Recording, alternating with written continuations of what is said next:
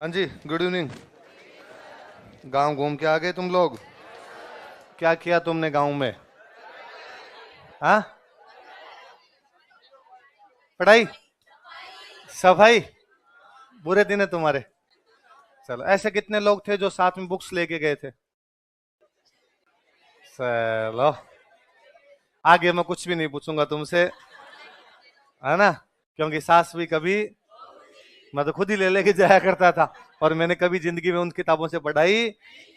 मैं तुमसे ये भी नहीं पूछूंगा कि पुराने वाला याद करके आए कि नहीं करके आए, क्योंकि मैं ये भी जानता हूं कि आज जब आप 3 बजे आ रहे होंगे तो कॉपी ढूंढने में भी मशक्कत की होगी। कहाँ रख गया पिछली बार में? क्योंकि जिस दिन छुट्टी हुई होगी, आप में से कईयों ने जाते कहा 7 दिन तक तो इसके हाथ भी लगाऊंगा। कोई बात नहीं, कहाँ पे खत्म करके गए थे उतना बता दो मेरे को। जोधपुर पढ़ रहे थे ना? हाँ, चलो नया टॉपिक लिखते हैं, लिखो बीकानेर का इतिहास। हाँ, बोलो। है क्या? सनबर्न, सनबर्न, सनबर्न चेक करना तो। लिखो बीकानेर का इतिहास, हिस्ट्री ऑफ बीकानेर।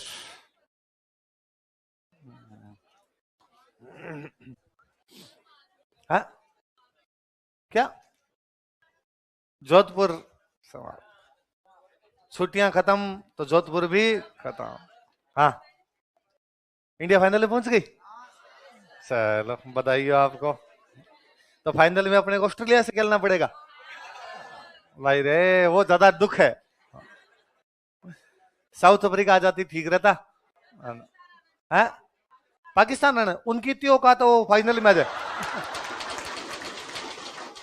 मेरे को आजकल कोई कहता ना कि भारत पाकिस्तान मैच में इंटरेस्ट आता, मगुन्ना आजकल इंटरेस्ट आता पाकिस्तान अफगानिस्तान में। क्योंकि पाकिस्तान की औकात केवल कितनी बची है? अफगानिस्तान जीती है, वही कूट देते हैं उनको। पिछली बार पाकिस्तान अफगानिस्तान से मुश्किल से जीता था वर्ल्ड कप में। तो फिर क्या, उनके दर्शक दर्शक आपस में लड़ पड़े। तो पाकिस्तान वाले दर्शकों को अफगानिस्तान वाले दर्शकों ने कुर्सियों से कूटा। इस बार उन्होंने कहा दर्शकों की नौबत ही नहीं आएगी, मैदान में कूट देंगे हम। यार पाकिस्तान से तो क्या बराबरी। पाकिस्तान को दुनिया में लोग केवल इसलिए जानते हैं क्योंकि उसके इंडिया के पास में हो। यदि पाकिस्तान का इंडिया के साथ कोई डिस्प्यूट नहीं है तो लोग पाकिस्तान को जाने ही नहीं। पाकिस्तान जहां भी कहीं दुनिया में कोई होता है तो वो जब बताता पाकिस्तानी तो अगले को समझ ही नहीं आता भाई पाकिस्तानी क्या होता है। वो फिर बताता है इंडिया इंडिया, यस, लड़ाई लड़ाई। तो अगले को समझ आता है हाँ यार, वो कोई इंडिया नाम का देश है जो उनके साथ इनका पंगा चल रहा है, इसलिए इनके साथ तो दिक्कत है बेचारों के साथ गंभीर वाली। गरीबड़ा देश है बापड़ा, क्या बात कर रहे हैं। तो मैं दुबई, दुबई घूमने के लिए गया था पिछली बार। तो वहां पे जो हमारे टैक्सी का ड्राइवर था वो पाकिस्तानी था। तो पाकिस्तानी सारे पंजाबी बोलते हैं, उनकी लैंग्वेज पंजाबी। मेरे को पंजाबी खूब अच्छी आती है तो मैं उसे पंजाबी में बात करता। तो एक दिन एक अलग अलग ड्राइवर मिलते हैं, तो एक दिन एक कोई पाकिस्तानी वो पंजाबी ड्राइवर मिला। तो मैंने यूं उससे पूछा कि यार एक बात बता, इधर सारे टैक्सी वाले तुम पंजाबी हो यार, सारे के सारे पाकिस्तानी आ रखे हो, तो टैक्सियों पे तुमने कब्जा ही कर रखा है क्या? तो उसने कहा कि भाईजान इधर का पूरा सिस्टम समझाऊं क्या मगा? क्या इधर जमीन तो शेख का है। शेख वो दुबई वाले लोग होते हैं शेख, जो कुकर वाली वो बांध के रखते हैं ना। तो इधर जमीन तो पूरा शेख का है, पैसा पूरा इंडिया का लगा है। धन किसने लगा रखा है? इंडिया। दिमाग अमेरिका लगाता है, गोरे लगाते हैं भाई। ये बिल्डिंग्स बनानी, बड़ी बड़ी बिल्डिंग, इंजीनियर कौन? सारे के सारे गोरे। मजदूरी इधर हम लोग करता है। तो आपने अब बेचारा अपने साथ ही टैक्सी चला रहा है, वहां किस बात की लड़ाई करूं मैं उससे? तो मैंने कहा अरे अरे भैया ऐसा नहीं है, भारत में भी कहाँ पैसे हैं, हम भी यार तुम्हारे जैसे गरीब लोग ही हम हो गए।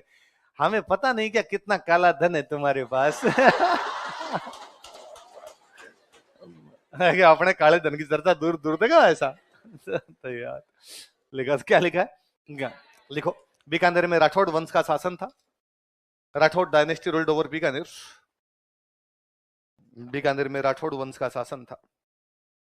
Rathore dynasty ruled over Bikaner.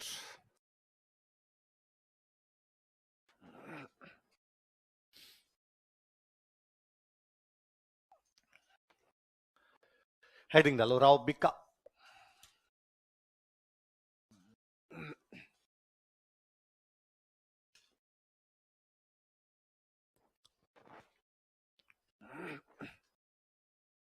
याद करो, मैंने बताया था जोधा का बेटा बीका बीकानेर चला गया और दुद्धा मेड़ता चला गया। दो बात बताई थी। राव, जोधपुर वालों के राव लगता तो बीकानेर वालों को भी क्या लगने लग गया, राव। तो बीका के पिताजी का नाम क्या था, जोधा। हम पढ़ते हैं 1453 में आंवल बावल की संधि होती है, 1459 में जोधपुर की स्थापना होती है और मेहरानगढ़ का किला बना दिया जाता है।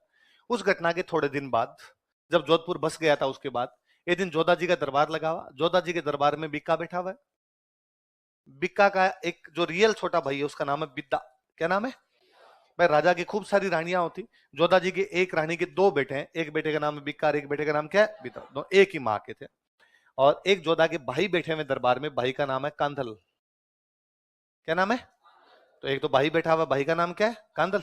और दो बेटे बैठे हैं, उनका नाम क्या है, पूरा और दरबार लगा। बिक्का बिद्दा की कांदल के साथ खूब अच्छी बनती, उसमें भी बिक्का की तो कांदल के साथ कुछ ज्यादा ही अच्छी बनती। काका भतीजा में आपस में ट्यूनिंग अच्छी। और अपने अक्सर घरों में होता भी है कि पापा के साथ ज्यादा बनती, पापा का साम्राज्य अलग, अपना साम्राज्य। पापा के साथ ज्यादा कम्युनिकेशन भी होता। पापा घर के अंदर तो अपने घर के, अपने घर के बाहर तो पापा घर के अंदर। एक म्यान में दो तलवारें, सीधी सीधी बात है। पर हर घर में एक चाचा जी पक्के ऐसे होते हैं जिनको आप दिल के उद्गार बता सकते हो, और चाचा जी अपनी इच्छाओं की पूर्ति भी कर देते हैं भाई। तो वैसे बिक्का की अपने काका से, अंकल से ठीक बनती है। अंकल का नाम क्या है? अब जोधा जी का दरबार लगा हुआ। जोधा जी दरबार में किसी सीरियस टॉपिक पे बोल रहे, सारे एकदम शांत होकर सुन रहे भाई, कोई गंभीर बात बोल रहे हैं। बस दो लोग इस बात को नहीं सुन रहे, ये तो बिक्का और एक वो आपस में बातें करें। जैसे होता है मैं आपको पढ़ा रहा हूं और कोई दो बच्चे आपस में बात कर रहे हैं, तो भाई मैं उनको कहूंगा खड़े हो जाओ, क्या मैंने अभी क्या पढ़ाया बताओ देखे। तो मैं तो टोक दूंगा उनको कि भाई वो पढ़ाई में ध्यान दे। पर राजा को तो लगता है यार मैं टोकूं क्यों, मेरी बात पे ध्यान देना ही चाहिए, आप ऐसे कैसे कर सकते हो मेरी बात पे ध्यान ना दो। तो जब जोधा जी को दो तीन बार लगा कि यार ये मेरी बात ही नहीं सुन रहे, तो जोधा जी ने उनपे कटाक्ष किया, सटायर किया, उनपे व्यंग्य किया कि काका भतीजा बात तो ऐसे कर रहे हैं जैसे नया किला बनाएंगे। क्या बनाएंगे? कि भाई इतनी सीरियस बात है कि नया किला बनाएंगे, इसलिए हमारी बात तो सुन नहीं रहे, खुद की बात कर रहे हैं। अब जैसे ये बात की तो पूरा दरबार हंसने लग गया कि यार बेइज्जती कर दी, बड़े दरबार में बेइज्जती कर दी दोनों की। ये बात कांदल को और बिक्का को सुनाई थी कि यार हम पर हंस रहे हैं लोग। कांदल खड़े हुए, कांदल ने खड़े होकर कहा भाई साहब नया बनाएंगे कि नहीं बनाएंगे ये तो नहीं पता, पर आप वाले में तो नहीं रहेंगे। आपको ये लगता होगा मैंने बना लिया जोधपुर तो अब दूसरे तो बना ही नहीं सकते, तो आप वाले में तो नहीं रहेंगे। और बिक्का का, बिक्का खड़ा हो जा। बिक्का तैयार था अंकल का एकदम खासा दोस्त ने, हाँ अंकल जी बताओ। बिक्का ने अपने छोटे भाई की तरफ देखा, बिद्दान का भाई साहब मैं तो तैयार ही हूँ। अब इन्होंने बाकी जोधपुर वालों से पूछा कि कितने लोग हमारे साथ जोधपुर छोड़ के जाना चाहते हैं, अब हम लोग जोधपुर के अंदर रहेंगे नहीं। 700 लोग तैयार हुए। कितने लोग तैयार हुए? 700 लोगों की एक सेना बनाई। सेना बना के वहां से आते हैं करणी माता के पास। किसके पास आते हैं? आपको याद हो तो मैंने बताया था कि जोधपुर की नींव लगाने वाली कौन थी? तो मैंने कहा था जोधा की बुआ लगती थी, बातें बताई थोड़ी। अब यदि जोधा की बुआ लगती है तो कांदल की भी क्या लगती है, बुआ। तो कांदल आए करणी माता के पास और करणी माता का बुआ जी ये बिक्का है, जोधा का बेटा है। यदि जोधपुर रहता तो जोधा के मरने के बाद जोधपुर का क्या बनता, राजा। लेकिन वहां से हम जोधा से नाराज होके आ गए। अब हे करणी माता, हे बुआ जी तुम बता आगे किधर जाएं। करणी माता ने बीकानेर की तरफ इशारा किया। तब तक बीकानेर तो था नहीं, ये इलाका हुआ करता, इस इलाके को बोलते जांगल देश। क्या बोला करते? जांगल देश बोला करते। तो बीकानेर के दो पुराने नाम थे, एक तो नाम था राती घाटी। क्या नाम था? और एक नाम था जांगल देश। क्या नाम था? जंगल देश नाम, जंगल प्रदेश का दो या जंगल देश का दो, जंगल एरिया का दो या, पर जंगल देश ही ज्यादा ठीक रहता है। तो जंगल देश दो नाम थे। क्या क्या नाम थे बीकानेर के पुराने बताओ देख? राती घाटी और जंगल। तो बाद में करनी माता के आशीर्वाद से बिक्का कांदल बिदा ये सब मिलके इधर बीकानेर की तरफ अटैक करते हैं, जंगल देश की तरफ अटैक करते हैं, 1465 के आसपास कब्जा कर लेते हैं। तो बिक्का ने बीकानेर वाला इलाका कब जीत लिया था? कौन सी माता जी के आशीर्वाद से? कौन से काका के साथ? कौन से छोटे भाई के साथ? बीकानेर के पुराने नाम क्या थे? यहीं से शुरू कर लेते हैं, लिखो बीकानेर के पुराने नाम, इसी में लिख लो। Ancient names of Bikaner, Bikaner के पुराने नाम, प्राचीन नाम लिख लो, बीकानेर के प्राचीन नाम, ancient names of Bikaner.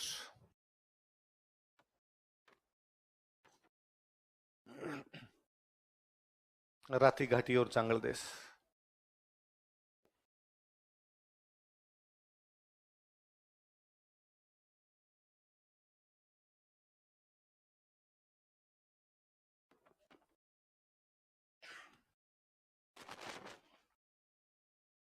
Line change करके लिखो, इसी में लिखना ना, लिखो इसको बॉक्स में बंद कर दो, पुराने नाम को दोनों को बॉक्स में बंद कर दो, अलग से दिख जाएंगे अपने को। लिखो 1465 ईस्वी में, इन 1465 एडी, 1465 ईस्वी में 1465 एडी। करणी माता के आशीर्वाद से, bye blessing of Karni Mata, Karni Mata के आशीर्वाद से, bye blessing of Karni Mata,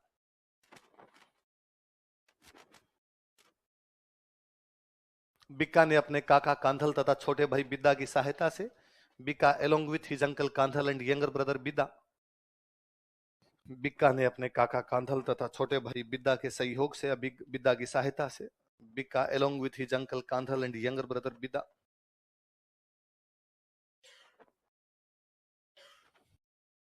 Bikka ने अपने काका कांधल तथा छोटे भाई बिद्दा की सहायता से, Bikka along with his uncle Kandhal and younger brother Bidda, अपने काका कांधल तथा छोटे भाई बिद्दा की सहायता से बीकानेर क्षेत्र जीत लिया था, कैप्चर्ड बीकानेर एरिया, बीकानेर क्षेत्र जीत लिया था, कैप्चर्ड बीकानेर एरिया, बीकानेर क्षेत्र जीत लिया था, कैप्चर्ड बीकानेर एरिया।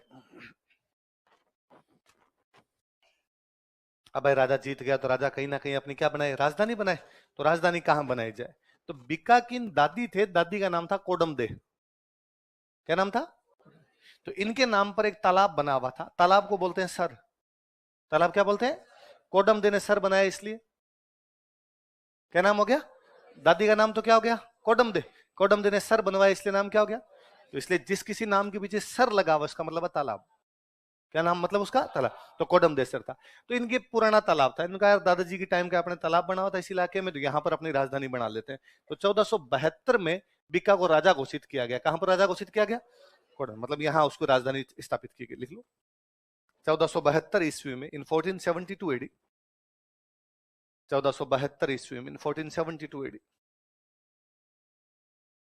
कोडमदेसर में बीका को राजा घोषित किया गया। Bika was declared as king at Kodamdesar. Kodamdesar में, बीकानेर में जगह पड़ती है कोडमदेसर, है ना? कोडमदेसर में बीका को राजा घोषित किया गया। Bika was declared as king at Kodamdesar.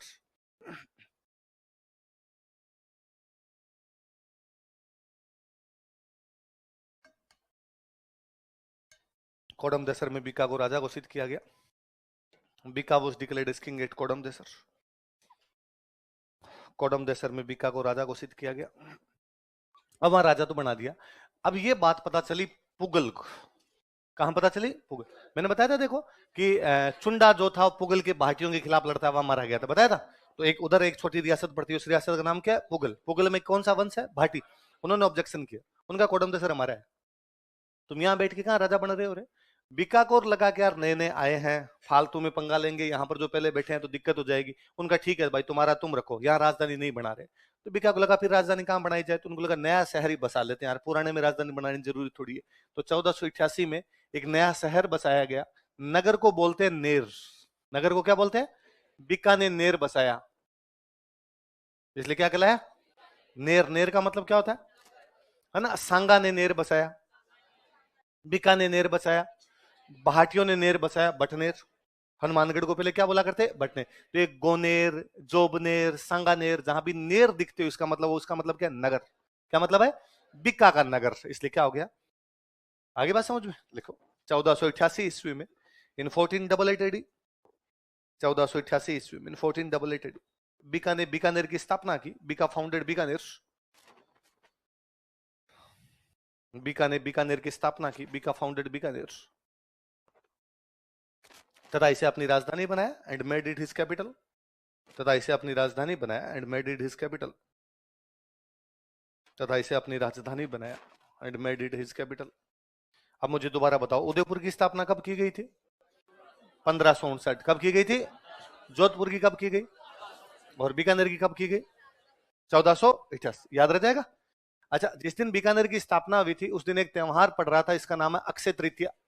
क्या नाम है? जिसको अपनी लोकल भाषा में अपने बोलते हैं आखा तीज। क्या बोलते हैं? एक बार एक लाइन लिखते हैं, फिर मैं और समझाता हूं। तो बीकानेर की स्थापना के दिन एक त्योहार था, कौन सा त्योहार था? अक्षय तृतीया। अक्षय तृतीया को अपनी भाषा में क्या बोलते हैं? आखा। लिखो, बीकानेर की स्थापना अक्षय तृतीया के दिन की गई थी, कोष्टक में आखा तीज लिख लेना। Bikaner was founded on Akshaya Tritiya.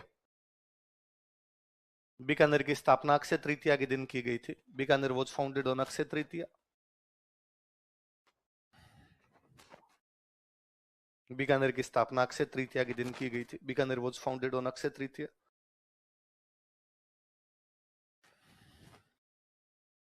तो कहते हैं बीका बड़ा राजी हुआ कि यार मैंने पूरा एक शहर बसाया। तो बीका ने इस दिन पतंग उड़ाई थी। क्या उड़ाई? वो रिवाज आज दिन तक बीकानेर में पतंगे कब उड़ती है? लिख लो। इस दिन बीकानेर में पतंगे उड़ाई जाती है। People of Bikaner fly kites on this day. इस दिन बीकानेर में पतंगे उड़ाई जाती है। People of Bikaner fly kites on this day. अब कोई पूछे बीकानेर में पतंगे कब उड़ाई जाती है, तो कब उड़ाई जाती है? आखा तीज का दो, अक्षय तृतीया का दो। इस दिन बीकानेर में पतंगे उड़ाई जाती है। People of Bikaner fly kites on this day. अच्छा, बीका ने बीकानेर की स्थापना कर ली। बीकानेर की स्थापना करने के बाद बीका जोधा से मुलाकात करता है। किससे मुलाकात करता है? एक किसी लड़ाई में दोनों बाप बेटे साथ जाते हैं। तो जोधा ने बीका का, यार शाबाश, योग्य योग्य बेटा है तू मेरा। और सपूत वही होता है जो बाप की संपत्ति ना रख के अपनी संपत्ति बनाए, है ना? कि भाई बाप ने दिया वही आपके पास रह गया, फिर इसमें क्या बड़ी बात हुई? बाप वाले को छोड़ के आपने अपना नया कुछ बनाया, ये सपूत ही है। इसलिए गांव में कहते हैं, पूत सपूत तो क्यों धन संचय, पूत कपूत तो क्यों धन संचय। यदि पूत सपूत है तो धन इकट्ठा करने की आवश्यकता, अपने आप कमा लेगा, दूसरा कमा लेगा। और कपूत है तो भी क्यों इकट्ठा करना, हो लगा तो देगा ही। इसलिए अपने धन इकट्ठा करके जाना, जितना कमाना वो इसी जिंदगी में लगा के अगले जाने न अगलों को कर्म जाने।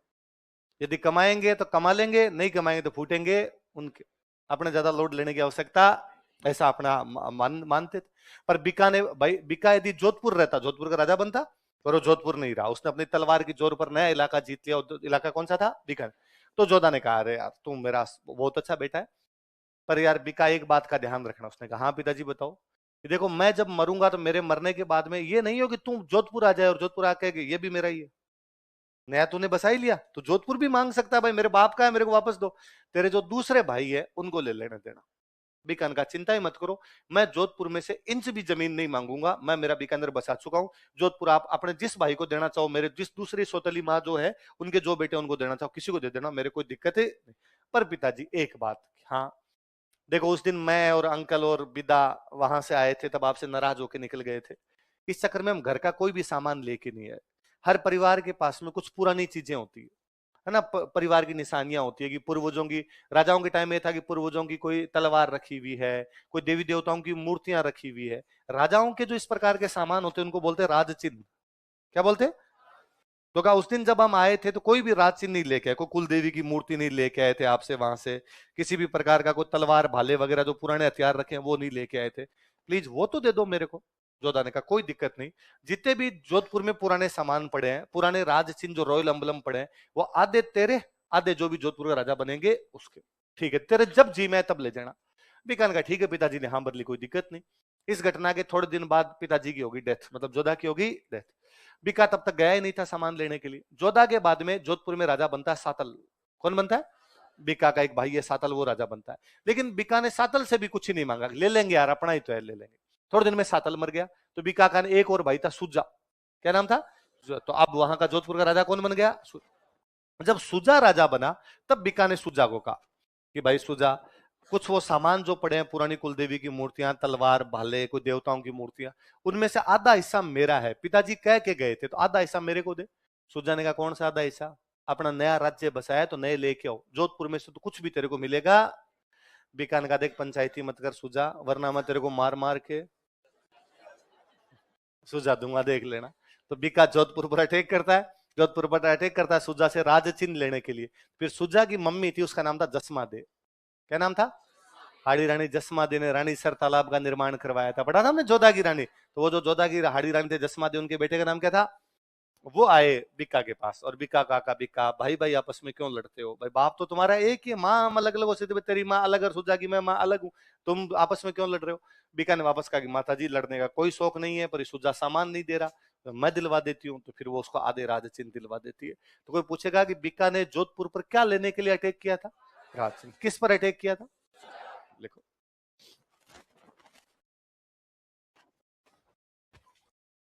देखो, राज चिन्ह प्राप्त करने के लिए जोधपुर के सुजा पर आक्रमण किया था। He attacked on Suja of Jodhpur to get royal emblems. राज चिन्ह प्राप्त करने के लिए जोधपुर के सुजा पर आक्रमण किया था। He attacked on Suja of Jodhpur to get royal emblems. राज चिन्ह प्राप्त करने के लिए जोधपुर के सुजा पर आक्रमण किया था। He attacked on Suja of Jodhpur to get royal emblems.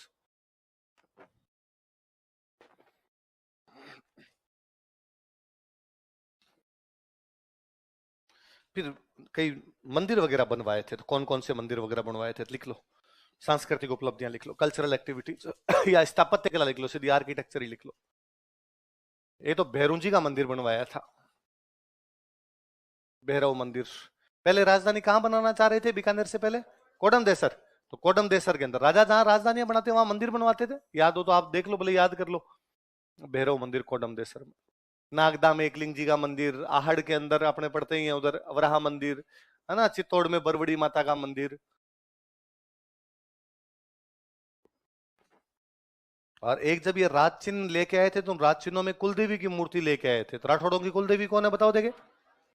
नागणची माता ना। तो बीकानेर में एक नागणची माता का मंदिर, तो पुरानी इनके पास एक नागणची माता की मूर्ति पड़ी थी। एक तो नागाना वाली आई, एक कोई और पड़ी थी इनके पास, तो वो लेके आया था।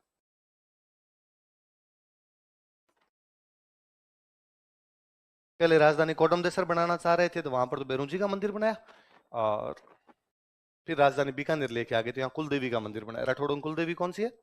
नागणची माता।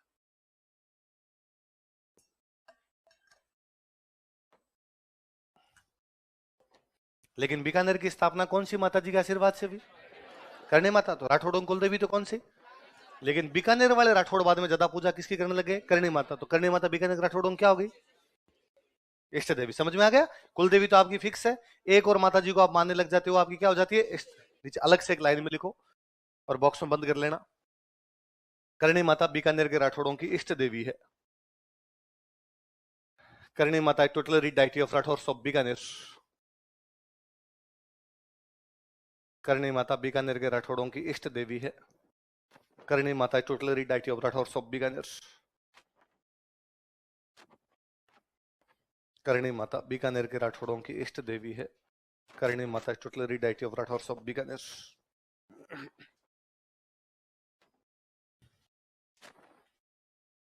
बीकानेर के राठौड़ों की इष्ट देवी कौन? कर्ण। अब सुनो, देखो थोड़ी सी बात सुनना है ना, समझ लिखना कुछ ही नहीं, केवल ध्यान देना आप। देखो हमने एक वर्ड लिखा, एक वर्ड लिखा, समझना आप है ना, खूब काम आएगा। इसको छोड़ दीजिए आप इसको भी छोड़िए। मुझे बताइए इसका मतलब क्या है? क्षय का मतलब क्या होता है? कमी। क्या मतलब होता है? क्षय का मतलब होता है किसी चीज में कमी होने को क्या बोलते हैं? मैं ये कहूं कि भारत में नैतिक मूल्यों का क्षय होता जा रहा है, इसका मतलब मोरल वैल्यूज क्या होती जा रही है? मैं ये कहूं कि यार भारत में पिछले कुछ सालों में कपास के उत्पादन में क्षय होता जा रहा है, मतलब कपास के उत्पादन में क्या आ रही है? कमी। ये मतलब हुआ। तो क्षय का मतलब क्या होता है? कमी। इसलिए एक बीमारी है जिसमें शरीर कमजोर पड़ने लगता है, इंग्लिश में तो हम बोलते हैं है ना, ट्यूबरकुलोसिस बैक्टीरिया, लेकिन हिंदी में उसको क्या बोलते हैं? क्षय रोग कहते हैं। इसलिए आज भी आप गांव जाओ और यदि पतले होके चले जाओ, तो गांव में कोई देखते कि टिब्बी होगी भाई तेरे ये बीमारी थोड़ी हो रखी यार, कमजोर कैसे हो रखा है इतना? क्योंकि अपने मानते थे कि शरीर में कमजोरी है ना, शरीर का क्षय होना, इसका मतलब क्या हो गई आपकी? तो क्षय का मतलब क्या हो गया? कमी। किसी भी वर्ड के आगे हिंदी में यदि आप ए लगा देते हैं, तो उसका ठीक अपोजिट अर्थ देता है। सुनना देखो, जब हम कहते हैं संभव, असंभव, सत्य, असत्य, ऐसा ही कुछ करते हैं, तो जब आप कहते हो क्षय, क्षय के आगे ए लगा दे, क्षय का मतलब क्या है? कमी। ए लगा दिया मतलब कमी नहीं, कमी नहीं मतलब पूरा। तो अक्षय का मतलब होता है पूर्ण। अक्षय का मतलब क्या होता है? क्या होता है अक्षय का मतलब? पूर्ण। क्षय का मतलब कमी होना, तो अक्षय का मतलब क्या हो गया? पूर्ण। इसी अक्षय को अपनी राजस्थानी के अंदर बोलते हैं, क्या बोलते हैं? अपने राजस्थानी में पूर्ण मतलब। इसलिए मुझे याद है दिवाली की छुट्टियों में हम घर जाया करते, पूरे दिन क्रिकेट खेलते, शाम को घर आते तो मम्मी कहती आखो दिन रों तो फिर है, पूरे दिन रोता घूमता रहता है, घर पे आता नहीं है। तो आखा मतलब क्या है? आखा मतलब क्या है? पूरा। इसलिए रामदेव जी महाराज का जब भजन गाते हैं उसमें गाते हैं, थाने तो ध्यावे आखो मारवाड़ जी, आखो गुजरात जी। ध्यावे मतलब पूजा करता है, तुम्हारी पूजा करता है। आखो मारवाड़ मतलब, आखो गुजरात मतलब, आपकी पूजा तो पूरा मारवाड़ करता है, और पूरा कौन करता है? गुजरात। तो आखो मतलब क्या है? तो अपने अक्षय को क्या बोलते थे? क्या बोलते थे? इसलिए अपने यहां किसी का नाम अक्षय राज नहीं होता, अपने कहते हैं अक्षय राज। सिरोही का अक्षय राज देवड़ा पढ़ा हमने। तो यदि वो हिंदी में लिखते तो उसका नाम क्या लिखते? क्या लिखते? आगे बात समझ में? तो अपने अखा, अखा, अक्षय जो भी है, इसका मतलब वास्तव में हिंदी का कौन सा वर्ड है वो? अब आपने कहते हैं अक्षय तृतीया। तृतीया का मतलब तो तीन, क्या गया 30। तो ये तो सिंपल समझ में आ गया कि अक्षय तृतीया को क्या बोलते हैं अपनी भाषा में। तो कभी कोई पूछ ले अक्षय तृतीया को हम आखा तीज क्यों कहते हैं, तो कहना सब सिंपल है। अक्षय का मतलब पूरा, राजस्थानी में पूरे को क्या बोलते हैं आखा। तृतीया का मतलब तीसरा दिन, हमारी भाषा में तीसरे को हम क्या बोल देते हैं तीज। पहलो दूजो तीजो ऐसे बोलते हैं, चौथा पांचवा, तो तीजो है तो तीजे का क्या बना दिया हमने तीज। तो बीकानेर की स्थापना भले अक्षय तृतीया कर दो या भले किसको कर दो, उस दिन बीका ने पतंग उड़ाई थी, इसलिए अभी भी बीकानेर में रिवाज बना हुआ आखा तीज पे क्या उड़ाई जाती है पतंग। इसलिए पतंगे पूरे राजस्थान में अलग अलग समय पर उड़ती है। पर चूंकि जयपुर की पतंगे बहुत ज्यादा फेमस हुई और जयपुर में पतंगे उड़ती है मकर संक्रांति, कब उड़ती है मकर, इसलिए जयपुर में पतंगे मकर संक्रांति पे उड़ाते हैं। फिर पूरे राजस्थान को लगता है कि पतंगे कब उड़ाई जाती है मकर संक्रांति, नहीं, पतंगे त्योहार के आधार पर नहीं उड़ाई जाती, मौसम के आधार पर उड़ाई जाती है। जहां जिनका मौसम साफ वो तब पतंगे उड़ाएंगे। जयपुर में ठंड पड़ती नहीं है, जयपुर में ठंड कम पड़ती है। भाई ये देख लो अभी अपने गांव में ठंड पड़ रही है ना, सुबह शाम सोल स्वेटर कुछ ना कुछ रख रहे हैं। जयपुर के अंदर अभी तक उतनी ठंड दिखाई देती। ठीक है, आप बाइक वगैरह पे नहीं आओ तब तक आपको ठंड नहीं लगे, बाइक वगैरह पे आओ तो जरूर यूं थोड़ी थोड़ी अगर अपने वो है पहले से यार थोड़ा पहले पहन लेते हैं ओढ़ लेते हैं ताकि लग ना जाए, बाकी ऐसा भी नहीं। और आप जयपुर की पूरी ठंड एक हाफ बाजू के स्वेटर में निकाल सकते हैं। यहाँ पे ठंड जैसा कुछ ही नहीं होता, ठंड भी यहाँ आके पड़ती है। अब देख लो ये दिसंबर आने वाला है और ठंड का नामो निशान नहीं। यहाँ पे ठंड आएगी ले देके 15 दिसंबर के बाद, क्रिसमस के आसपास जो ठंड जिसको बोलते हैं, और 10 जनवरी तक खत्म। यहाँ 15 दिन का रोड़ा रप्पा है ठंड का। मतलब 14 जनवरी जिस दिन मकर संक्रांति होती है, जयपुर वाले बनियान में पतंगे उड़ाते हैं यार, है ना, इनके ठंड का कोई लेना देना। जबकि 14 जनवरी मकर संक्रांति जो होती है उन दिनों में यदि आप कहीं चूरू, गंगानगर, हनुमानगढ़, बीकानेर इधर चले जाओ, आपको 10 फीट के आगे दिखेगा नहीं, धुंध कोहरा भयंकर। उन दिनों अखबारों में न्यूज आएगी आपके 10 गाड़ियां एक साथ भिड़ गई। भाई आसपास चल रही थी गाड़ियां, धुंध में दिखी नहीं, पहले वाले ने ब्रेक लगाया धम धम धम सारी उसके जाके बिड़ बिड़ आ गए उसके। और ऐसा ही रहता है, यू गाड़ी की स्पीड 10 रखनी पड़ती है, 5-10 ड्राइवर को ऐसे करके चलाना पड़ता है कि भाई आगे दिखी नहर वाला इलाका है, पानी की वजह से धुंध कोहरा रहता है चारों तरफ। तो अपने पश्चिमी राजस्थान में ठंड पड़ती रहती है भयंकर, लेकिन जयपुर में ठंड खत्म हो जाती है। तो जयपुर में ठंड पड़ती नहीं। जयपुर का नाम गुलाबी नगरी, ठंड भी गुलाबी है कि हल्की हल्की ठंड है। इसलिए जयपुर में मिलती है पाव रजाई। क्या मिलती है कि जयपुर की कौन सी रजाई फेमस है, एकदम पतली सी रजाई आती है पाव रजाई। और पाव रजाई में जयपुर की ठंड रुक जाती है क्योंकि जयपुर में ठंडी पाव है। आप पाव रजाई ओढ़ के चूरू सो जाओ, सुबह तक पाव भी मिलो 3/4 तो क्या हो जाओ गायब। देखिए भाई साहब 2.5 किलो वाली 2 लेके सोते हैं तो अभी सुबह तक घुग्गी बन जाती है, घुग्गी है ना, यूं आदमी लगता है जीवता है कि नहीं है। आप नल में से पानी निकालते हैं बर्फ आती है सीधी।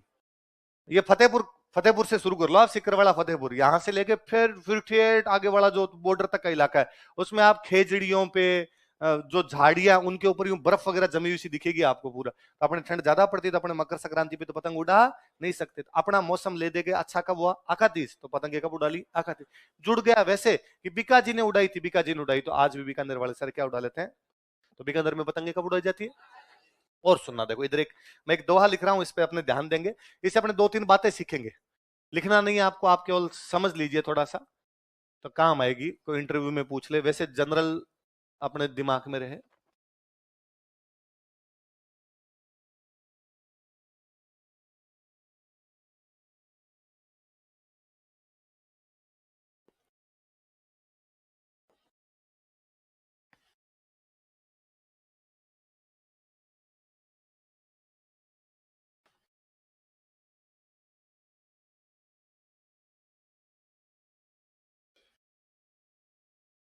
पढ़ो देखिए क्या लिखा हो, फिर मैं समझाता हूं।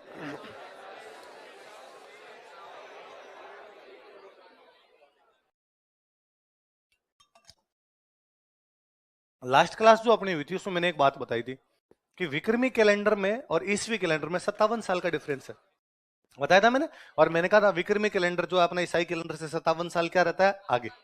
मैंने आपको अभी थोड़ी देर पहले लिखवाया कि बीकानेर की स्थापना कब हुई 1488, कौन से सन के अनुसार ईसवी।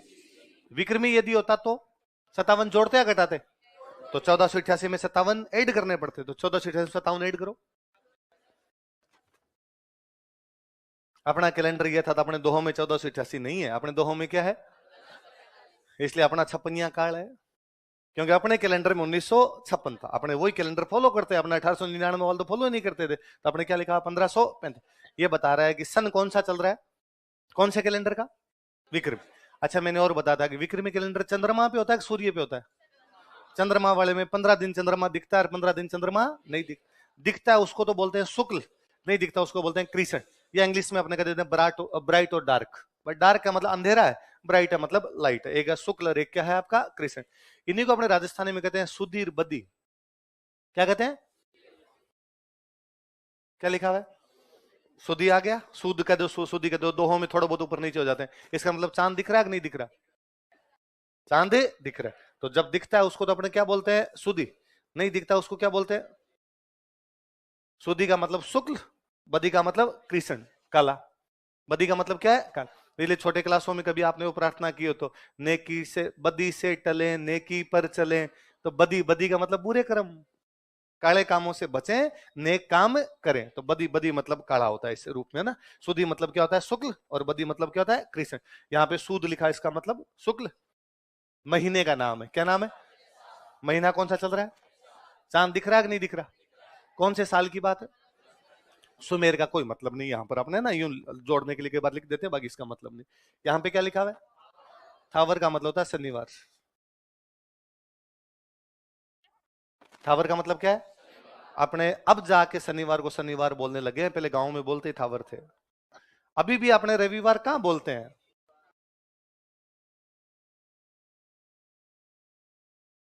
क्या बोलेंगे? अभी। अब वो कई जगह ए भी हटा देते हैं, अपने कहते हैं दीतवार। दीतवार है, दीतवार है, बाकी दीतवार नहीं होता, वास्तव में क्या होता है? अदित। और सुना देगा, अरे बड़े काम की चीजें। भारत की सबसे पुरानी किताब है ऋग्वेद। कौन सी किताब है? ऋग्वेद। ऋग्वेद में सूर्य को कहा हुआ है अदिति। सूर्य को क्या कहा गया? सूर्य को क्या बोला गया? अदिति। इसलिए अदिति पे वार बनाया गया, इसलिए नाम क्या हो गया? क्या नाम हो गया? अदिति। अदिति का मतलब सूर्य, वार का मतलब दिन, सूर्य का दिन है, इसलिए नाम क्या हो गया? अदितिवार। इसी अदितिवार को, चूंकि ये संस्कृत का शब्द था, लोकल भाषा में लोगों ने बोलते बोलते अदिति का बना लिया अदित। तो क्या हो गया? अदितवार। इसी ए का हमने ए हटा दिया तो अपने क्या बोलने लगे? क्या बोलने लगे? दित। अपने भाषा में तो ये हुआ। इधर थोड़ा हिंदी वालों ने थोड़ा अलग किया, तो अदिति से उनके हो गया उधर आदित्य। सूर्य को आदित्य भी बोलते हैं, तो क्या हुआ? आदित्य। सूर्य को बोलते हैं रवि,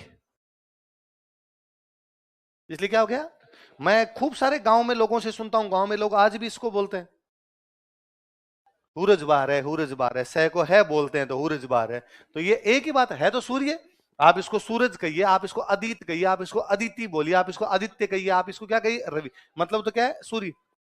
इंग्लिश में सूर्य को क्या बोलते हो? वार का मतलब दिन। दिन को अंग्रेजी में क्या कहते हो? संडे। सन का डे, इसलिए नाम क्या हो गया? तो ये अपना अदितवार था ना, तो ये वास्तव में अदितिवार था। अदितिवार से अदितवार हो गया, अदितवार से दीतवार हो गया, दीतवार से कि दीतवार कर देते, सूरज बार भी कर देते, रविवार। अब खूब सारे नाम कर लिया हमने, बाकी बेसिकली अदिति से बना हुआ है। कौन से सबसे? अदिति का मतलब क्या होता है? सूर्य। क्या मतलब होता है? सूर्य। तो इसे रविवार को आज भी गांव में बोलते हैं अदितवार। वैसे के वैसे जो सैटरडे था, इसको क्या बोला करते? क्या बोला करते? सैटरडे क्या बोलते? आज भी गांव में गुरुवार नहीं बोलते, बिस्वतवार। बिस्वतवार कहते हैं क्योंकि बृहस्पति गुरु है। जो गुरु है उनका नाम क्या है? बृहस्पति। तो आप गुरु जी के नाम पे बोले गुरुवार कर दो, और गुरु जी का नाम बृहस्पति, इसलिए क्या कर दो उसको? बृहस्पतिवार। तो बृहस्पतिवार बोलते, आदित्यवार बोलते। वैसे वैसे शनिवार को क्या बोला करते? क्या बोलते था? इसलिए गांव में आज भी कहते हैं कि थावर कीजिए थरपणा, बुद्ध कीजिए व्यापार। बोलो। थावर कीजिए थरपणा, बुद्ध कीजिए। स्थापना करनी हो शनिवार को करो, व्यापार करना हो, दुकान खोलनी है बुधवार खोलिए, मकान बनाना है। तो मुझे कई बार बड़ा अजीब लगता है कि जब गांव में कोई कह देता है कि नहीं शनिवार को नहीं करना कोई काम, कर दो बार। अरे कहा, ये हमने अब बना लिया, हमारे तो बढ़ के कहते हैं थावर कीजिए थरपणान, बुद्ध कीजिए व्यापार। इसलिए बीकानेर, बीकानेर की स्थापना कब की? कब की? शनिवार। शनिवार मतलब क्या है? तो अपने यहाँ कुड़ी थावर थावर कर दी रंदी सी है ना, सैटरडे सैटरडे कर दी रंदी है। तो पहले सैटरडे सैटरडे की जगह क्या करती थी? थावर थावर। तो अब से याद रखना, सैटरडे क्या करना है? परसों क्या है? क्या है? थावर। चलो, मैंने एक दिन और बताया था, दो को बोलते हैं, दो क्या बोलते हैं? बे। इसलिए वैसे यूं बोलते हैं एकम, दूज, तीज, चौथ, पंचम से बोलते हैं, पर दो को बे कहते हैं, इसलिए दूज क्या हो जाती है? तो बीज का मतलब है दूज। बीज का मतलब क्या है? इसलिए गांव में कहते हैं बाबरी बीज है ना। रामदेव जी महाराज पश्चिमी राजस्थान में एक लोक देवता है, उनको कह दिया अपने बाबा। उनका दूज के दिन धोक लगती है, द्वितीया को धोक लगती है, दूसरे दिन धोक लगती है, इसलिए कहते हैं बाबरी बीज। तो सन कौन सा? पक्ष कौन सा? महीना कौन सा? वार कौन सा? दिन कौन सा? द्विज मतलब द्वितीय। थर्पियो मतलब स्थापना की। किसने? किसकी? दोहा कहता है कि विक्रमी संवत 1545, वैशाख का महीना, शुक्ल पक्ष की द्वितीया, वार कौन सा था? थावर। और उस दिन किसकी स्थापना की गई? इसका मतलब दोहे के मुताबिक बीकानेर की स्थापना तृतीया को नहीं हुई है, द्वितीया को हुई है। हम पढ़ रहे हैं आखा तीज के दिन बीकानेर की स्थापना की गई थी? नहीं, बीकानेर की स्थापना आखा तीज से एक दिन पहले कर दी गई थी। आखा तीज होती है वैशाख शुक्ल तृतीया, ये की गई थी वैशाख शुक्ल द्वितीया को, तृतीया को नहीं की गई। पर चूंकि अगले दिन तृतीया का त्यौहार था, इसलिए पतंगे वगैरह तृतीया को उड़ाई होगी, इसलिए धीरे धीरे मानने लगे कि बीकानेर की स्थापना कब हुई थी? तृतीया। तो आखा तीज के साथ जुड़ गया। क्वेश्चन भी पूछते हैं, सब किताबों में लिखा था, पर आप फिर भी दिमाग में रखना अपने साथ कि बीकानेर की स्थापना आखा तीज से एक दिन पहले हुई थी। पहले हुई, इसका मतलब किस दिन हुई है? दूज। दूज को अपने भाषा में उधर क्या बोलते हैं? बीज। क्या बोलते हैं? याद रहेगी बात। थावर मतलब? तो थावर कीजिए, थरपना, बुध कीजिए, बोलो। तो इस बार जब भी कभी घर में कोई नया मकान बनाएंगे तो कब बनाएंगे? और आपको कभी शनिवार को नहीं बनाते तो क्या कहोगे? और भैया कोई दुकान खोलेंगे तो किस दिन खोलनी है? तो वो कहेंगे क्यों बुधवार को क्यों खोले, तो क्या कहोगे? थावर कीजिए, थरपणान, बुध कीजिए। और नहीं नहीं, शनिवार को तो करते नहीं। आप कहना साहब बीकानेर बीकानेर बसाया था, अब तक तो चल रहा है। इसलिए यदि मकान भी बना दिया तो जल्दी से गिरेगा। दिन दुना रात चौगुने बढ़ेंगे, अपने को चिंता करने की आवश्यकता, क्योंकि बढ़ के कह के गए थे कि थावर कीजिए, थरपणान, बुध कीजिए। और तुम भी आज से किसका वेट करोगे? संडे की छुट्टी आती है, शनिवार का वेट करते हैं, शनिवार आ जाए फिर अगले दिन क्या है? छुट्टी। तो अब से अपने किसका वेट करना है? थावर का। आज के बाद कोई शनिवार नहीं बोलेगा। क्या बोलेंगे? पक्का? जगह जगह ये सबको बता दोगे कि शनिवार नहीं है, क्या है? चलो अब अगला राजा लिख लो। है? नहीं, क्या करोगे? काम काज नहीं है।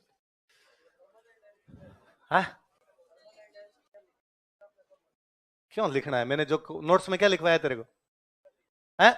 बहस तो क्यों लोड लेता है फिर?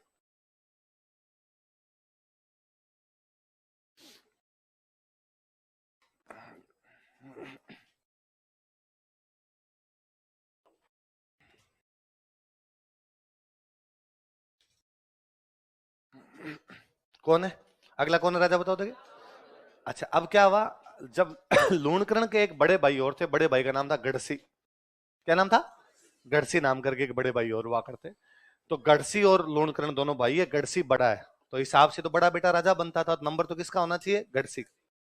उन दिनों बीकानेर में एक संत रहा करते थे, उनका नाम था जसनाथ जी महाराज। क्या नाम था? जसनाथ जी महाराज। ये जिनके पीछे भी नाथ लगता है ना, इसका मतलब ये गोरखनाथ जी के चले। किसके चले? गोरखनाथ जी के चले। गोरखनाथ जी की मुख्य पीठ गोरखपुर, जहां के सबसे बड़े बाबा, बाबा खुद योगी है ना। तो योगी आदित्यनाथ कौन सी पीठ के महंत है? गोरखपुर। कौन सी पीठ के? गोरखपुर। गोरखपुर पीठ का नाम गोरखपुर पीठ क्यों है? गोरखनाथ जी। किसकी पीठ है? गोरखनाथ। तो नाथ संप्रदाय वाले अपना मुख्य कोई वो संत मानते हो, किसको मानते हैं? तो जसनाथ जी के भी गुरु कौन हो गए? गोरखनाथ। ये सब मानते हैं हमारे गुरु कौन है? गोरखनाथ। तो जसनाथ जी महाराज बहुत छोटी उम्र में संत बन गए थे। अच्छा, ये जो संत वगैरह होते क्या करते? वो अग्निकुंड वगैरह जला कर वहां पूजा अर्चना करते, अपने बैठे रहते। तो एक दिन भाई जसनाथ जी महाराज, उसको वो जो अग्नि वाला जलाते हैं ना, अपनी लोकल भाषा में उसको बोलते हैं धूणा। क्या बोलते हैं? वो अग्निकुंड जो यज्ञ वाला था, धूणा। तो जिन जसनाथ जी महाराज ने अपना धूणा जला रखा, उसके आगे बैठ कर अपने गोरखनाथ जी महाराज का नाम ले। इतने में दोनों भाई गए, गढ़सी और एक भाई और कौन है? बड़ा कौन? गढ़सी। छोटा कौन? लूणकरण। अगला नंबर राजा बनने का किसका? गढ़सी। अब दोनों गए। दोनों, लूणकरण छोटा था पर थोड़ा ज्यादा एटिकेट्स वाला बंदा था, और लूणकरण ने जैसे जसनाथ जी महाराज को देखा, दूर से दंडवत प्रणाम किया कि जसनाथ जी महाराज की जय हो, गोरखनाथ जी महाराज की। जसनाथ जी महाराज ने कहा कि भाई विजय भाव, यशस्वी भाव, तेजस्वी भाव। गढ़सी जो था उसने नमस्ते करना छोड़ो, गढ़सी सामने टांग पे टांग दे के बैठा। उसने और जसनाथ जी क्या हालचाल है? ये धुने के पास बैठते हो, आग के आग वाग नहीं लगती क्या? तो जसनाथ जी महाराज गढ़सी को कहते हैं। उसको गढ़सी का एक नाम अपने दोहों के अंदर और कर दिया गया, घड़मल। क्या कर दिया गया? घड़मल। तो उसको कहते हैं कि गर्भ करे न गेला घड़मल। गेलो मतलब पागल। राजस्थानी भाषा में पागल को क्या बोलते हैं? कोई पागल पागल बातें करता है, गेल है। पागल पागल बातें करता है, कैसी बातें कर रहा है? गेली गेली बातें कर रहा है। तो वो कहते हैं गर्भ करे न गेला घड़मल। गर्भ मतलब घमंड, कि हे पागल घड़मल, हे पागल घड़सी, घमंड करने की जरूरत किस बात का घमंड रही था? बिना नमस्ते के मेरे से आगे सामने टांग पे टांग दे के पूछ रहा है क्या हाल समाचार है तुम्हारे। तो गर्भ करे न गेला घड़मल, मैं तेरो राज न जानू। मैं जानता हूं कि राजा तू बनेगा, कि तेरे को ये घमंड होगा कि मैं राजा बनने वाला हूं, पर राजा तू बनेगा राज दियो मैं लूण करण में। मेरे हिसाब से राजा कौन बनेगा? गुरु गोरख परमाणु। मैं मेरे गुरु गोरखनाथ को प्रमाण मानकर, प्रमाण का मतलब होता है साक्षी, एविडेंस। मैं मेरे गुरु गोरखनाथ को प्रमाण मानकर ये घोषणा करता हूं कि अगला राजा कौन बनेगा? लूणकरण। अगला राजा गढ़सी नहीं बने, इसलिए है गढ़सी, इतना घमंड करने की कोई आवश्यकता। गर्भ करे न गेला घड़मल, मैं तेरो राज न जानू, राज दियो मैं लूणकरण ने, गुरु गोरख परमाणु। समय का चक्र घुमा, चमत्कार को नमस्कार है। गढ़सी राजा नहीं बना, बीकानेर का अगला राजा कौन बना? किसके आशीर्वाद से? जसनाथ जी महाराज। बोलो जसनाथ जी महाराज की।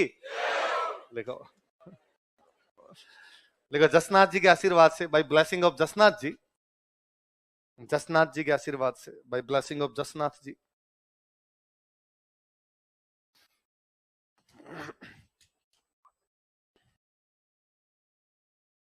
जसनाथ जी के आशीर्वाद से, bye blessing of Jasnath ji. यह है बीकानेर का राजा बना, he became king of Bikaner. यह है कौन? यह है बीकानेर का राजा बना, he became king of Bikaner.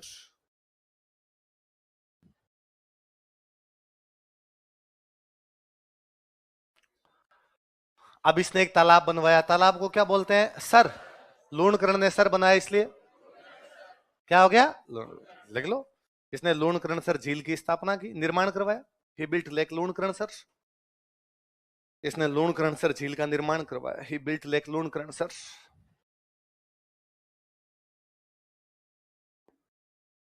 इसने लूणकरण सर, हाँ एक ही बात है, बड़ा हो जाता तब झील कर देते अपने, खूब बड़ी है। लूणकरण सर झील का निर्माण करवाया। ही बिल्ट लेक लूणकरण सर।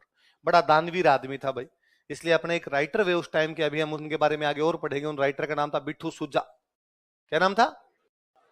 क्या नाम था राइटर का? बिट्ठू सुजा।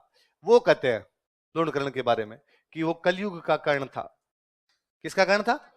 भाई पहले कोई भी दानवीर आदमी होता उसकी तुलना की जाती थी कर्ण के साथ। किससे करते? कर्ण का नाम तो सुना है? महाभारत वाला जो कर्ण था, इसने भगवान कृष्ण के मांगने पर अपने कवच और कुंडल भी दे दिए थे। सुना है अपने नाम? तो पहले कोई भी दानवीर होता तो उसको क्या कहते कि ये किसके समान दानवीर है? इसलिए कुंभा कहता है कि मैं कर्ण तथा भोज के समान दानवीर हूं। किसके समान दानवीर हूं? कर्ण और भोज। आजकल जैसे अपने कोई दानवीर होता अपने कहते भामस है, अपने आजकल क्या कहते हैं? पर कोई टाइम में तुलना किससे की जाती थी? तो जैसे महाभारत काल में हुआ था कर्ण, वैसे कलयुग में यदि कोई हुआ है तो वो कौन हुआ है? लूणकरण। इसलिए उसे क्या कहा जाए? कलयुग का कर्ण। ऐसा कौन कहता है? क्यों कहता है? दानवीर। क्या था? दानवीर। लिख लो है? क्या दान दे दिया? पैसे की लगा दूं डेरी। लिखो, बिट्टू सुजा ने इसे कलयुग का कर्ण कहा था। बिट्टू सुजा कॉल्ड हिम कर्ण ऑफ कलयुग। बिट्टू सुजा ने इसे कलयुग का कर्ण कहा था। बिट्टू सुजा कॉल्ड हिम कर्ण ऑफ कलयुग।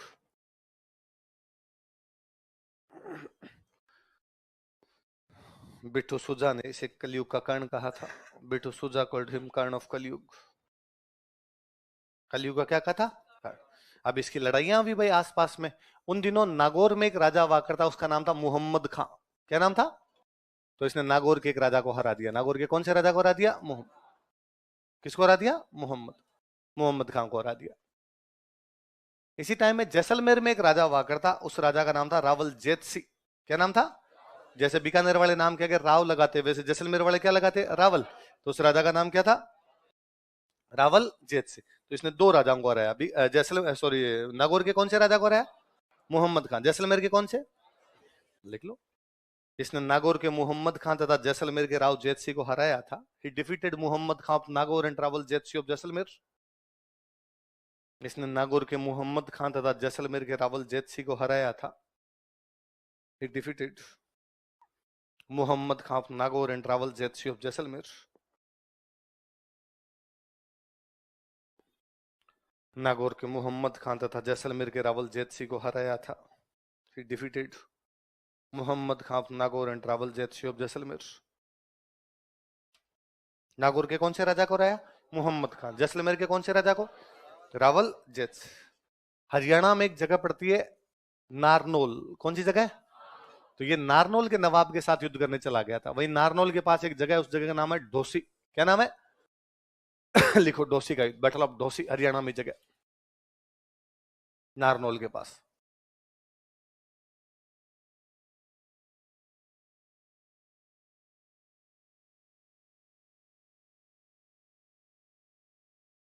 नारनौल का नवाब था, उसका नाम था अबी मीरा।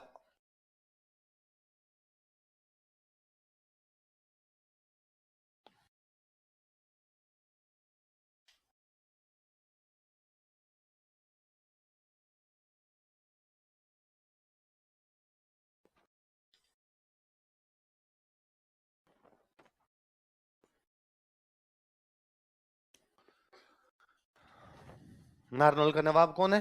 अभी मीरा। बीकानेर का कौन सा राजा लड़ने गया उसे? लूणकरण। कौन सा युद्ध लड़ा? डोसी का युद्ध। कब हुआ डोसी का युद्ध?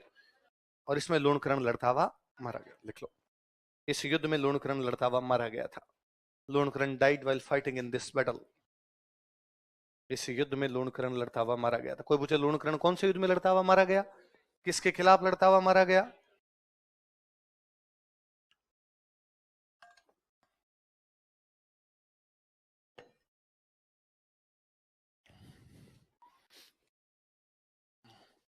अगला राजा लिख लो, राव जेत सिंह। जैसलमेर में भी जेत सिंह हुआ, बीकानेर में भी जेत सिंह हुआ। जैसलमेर वालों का नाम क्या क्या लगता था? रावल। इनके नाम क्या क्या लगता था?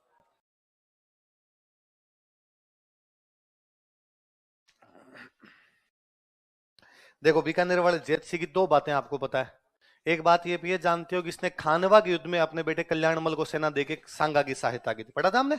एक आप ये जानते हो कि जोधपुर वाले मालदेव के खिलाफ पाहेबा या साहेबा के युद्ध में लड़ता हुआ। तो वो दो बातें तो वापस बताने की आवश्यकता नहीं। अच्छा, बीकानेर के दो पुराने नाम बताया अभी मैंने, बताओ आपको।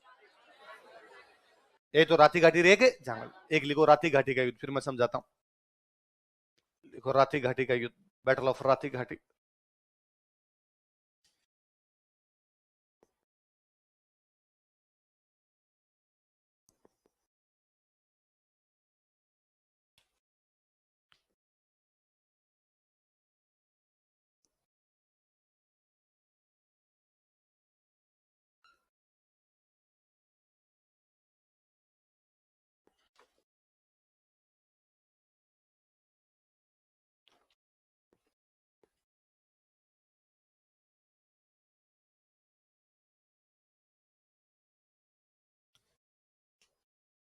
राती घाटी का युद्ध कब हुआ? राती घाटी का युद्ध 1534। किस किस के बीच में? जैत सिंह और काम। ये कामरान हुमायूं का भाई है। किसका भाई है? लिखो कोष्टक में, हुमायूं का भाई, ब्रदर ऑफ हुमायूं। हुमायूं याद है?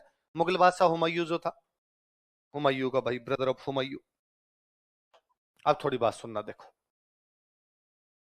मैं दोनों तीनों चीजों पे जाता हूं।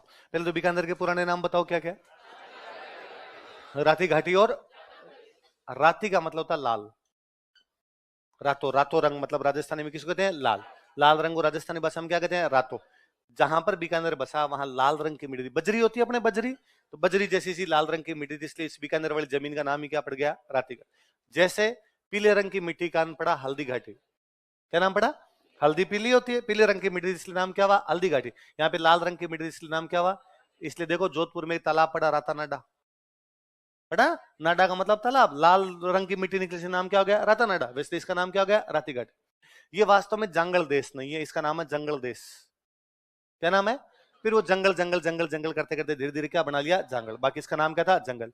वह जगह जहां पर हवा तेज चले, पानी कम हो, वह स्थान जहां पर हवाएं तेज चले और पानी कम हो, उसको बोलते हैं जंगल। क्या बोलते हैं? बीकानेर में दोनों है, पानी है नहीं वहां पे, हवाएं वहां पर तेज चलती है, इसलिए उस जगह क्या बोलते हैं? जंगल। पर जंगल जंगल जंगल जंगल करते करते वो लिखने में क्या हो गया उसका? आगे बात समझ में। अब बीकानेर में युद्ध हो रहा है, बीकानेर को राती घाटी कहते हैं, इसलिए नाम क्या हो गया? अब दूसरी बात, हुमायूं किसका बेटा था? बाबर। बाबर भारत में आने वाला पहला मुगल था। बाबर जब मरा तो बाबर के चार बेटे थे, एक हुमायूं है, तीन उसके भाई और थे। बाबर जब मरा तो बाबर हुमायूं कह गया कि हुमायूं तू सबसे बड़ा भाई है, पर इसका मतलब यह नहीं है बाकी भाइयों के हक खा जाए, चारों भाई मिल बांट के आपस में राज्य का क्या कर लेना, बंटवारा। हुमायूं भला आदमी था, उसने कहा ठीक पिताजी। हुमायूं ने अपने पास दो जगह रख ली, दिल्ली और आगरा। क्या क्या रख लिए? और उसका एक भाई है कामरान, क्या नाम है? कामरान को उसने दे दिया पंजाब। क्या दे दिया? वैसे एक भाई को उसने अस्करी को यूपी वाला इलाका दे दिया, एक वो दूसरा हिंदाल था उसको अपने मेवात वाला इलाका दे दिया, ऐसे सबको उसने बांट दिया, अलग अलग इलाके बांट दिए उसने। कामरान को क्या मिला? पंजाब। पर कामरान को लगा यार पंजाब से क्या होगा, दिल मांगे मोर, तो कामरान को लगा मैं राजस्थान भी कब्जा कर लूं, क्योंकि पंजाब के नीचे जस्ट क्या है, राजस्थान। अच्छा, पंजाब से यदि राजस्थान आओगे सबसे पहले आएंगे गंगानगर और हनुमानगढ़। तब गंगानगर होता ही नहीं था, तब हनुमानगढ़ ही था, गंगानगर बाद में बसाया गया था, हनुमानगढ़ था। तो उसने हनुमानगढ़ पर कब्जा कर लिया। हनुमानगढ़ को तब बोलते भटनेर। क्या बोलते? कोई टाइम में भाटियों ने बसाया था, इसलिए क्या बोला करते थे, बट। अब जब उसने बटनेर पर कब्जा कर लिया, हनुमानगढ़ पे कब्जा कर लिया, तो उसको लगा थोड़ा और नीचे चलते हैं, और नीचे चलेंगे तो क्या आएगा, बीकानेर। बीकानेर का राजा कौन है? जैत सिंह। तो उसने बीकानेर पर अटैक कर दिया। तो फिर जैत सिंह और उसके बीच में लड़ाई होती है। लड़ाई कौन सी थी? कौन सी लड़ाई थी? रातेगढ़ की। कब हुई? जैत सिंह ने कामरान को डंग से कूटा। तो इस युद्ध में किसकी जीत हुई? देखो, इस युद्ध में जैत सिंह की जीत हुई। जैत सिंह वन दिस बैटल। इस युद्ध में जैत सिंह की जीत हुई। जैत Singh one this battle. Line change करके लिखना। इस युद्ध से पहले कामरान ने बटनेर पर अधिकार कर लिया था। बटनेर मतलब आज का क्या हो गया अपना? इस युद्ध से पहले, बिफोर दिस बैटल, कामरान ने बटनेर पर अधिकार कर लिया था। कामरान कैप्चर्ड बटनेर। कामरान ने बटनेर पर अधिकार कर लिया था। कामरान कैप्चर्ड बटनेर।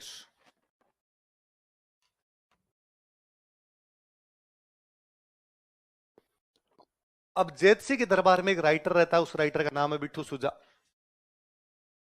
क्या नाम है राइटर का? किसके दरबार में रहता है? क्या नाम है राइटर का? बिट्ठू सुजा ने किसके दरबार में रहता है? जैत सिंह। तो उसने जैत सिंह पर एक किताब लिखी, राव जैत सिरो छंद। कौन सी किताब लिखी? राव जैत सिरो छंद। किसने लिखी? किसके दरबार में? जैत सिंह के दरबार में लिखी, इसलिए बुक का नाम ही क्या हो गया? अब मुझे बताओ, ये जब बुक लिखेगा तो इसमें युद्ध तो बताएगा, तो युद्ध में वो कहेगा जैत सिंह ने कामरान को राय, मुगल बादशाह के भाई को राय। कोई पूछे राती घाटी युद्ध की जानकारी कौन सी पुस्तक से मिलती है? ये पुस्तक किसने लिखी? बिट्टू सुधा। किसके दरबार में? अब जो जैत सिंह के दरबार में कोई बैठ के बुक लिखेगा तो जैत सिंह के पापा की भी तारीफ करेगा। जैत सिंह के पापा का नाम है लूणकरण। क्या नाम है? तो कहता जैत सिंह तो बहादुर ही, लूणकरण जी भी बहादुर तो थे, साथ में दानवीर और थे, और वो तो भाई साहब कलयुग के कर्ण थे। वो क्या थे? कलयुग के। अब देखो मैंने पिछले में लिखवाया, बिट्टू सुजा ने उसे कलयुग का क्या कहा था? तो बिट्टू सुजा किसके दरबार में था? कौन सी किताब लिखी? कौन से युद्ध की जानकारी देती है? समझ में आ गई बात सारी? लिख लो। बिट्टू सुजा की पुस्तक राव जैत सिरो छंद से, बुक राव जैत सिरो छंदो बिट्टू सुजा। बिट्टू सुजा की पुस्तक राव जैत सिरो छंद से, बुक राव जैत सिरो छंदो बिट्टू सुजा। बिट्टू सुजा की पुस्तक राव जैत सिरो छंद से,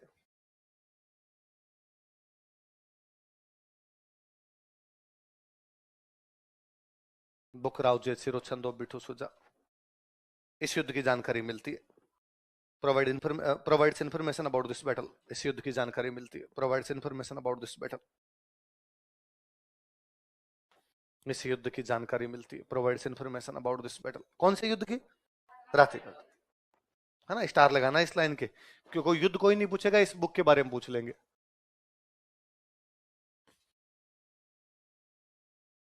अगला राजा लिखो।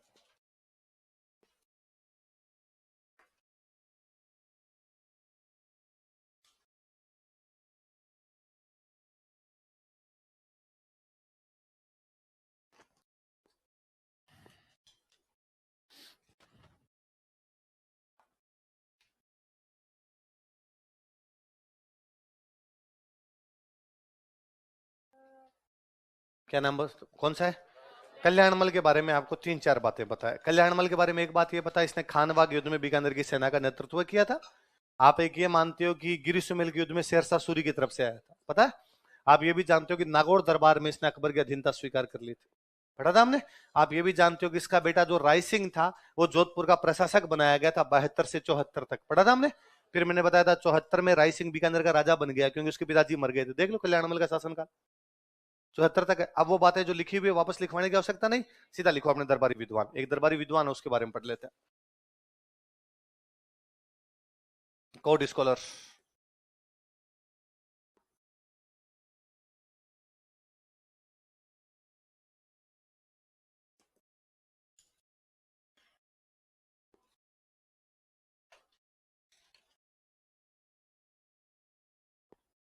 एक विद्वान है सदाशिव भट्ट, और उसने किताब लिखी राज विनोद। किसके दरबार में?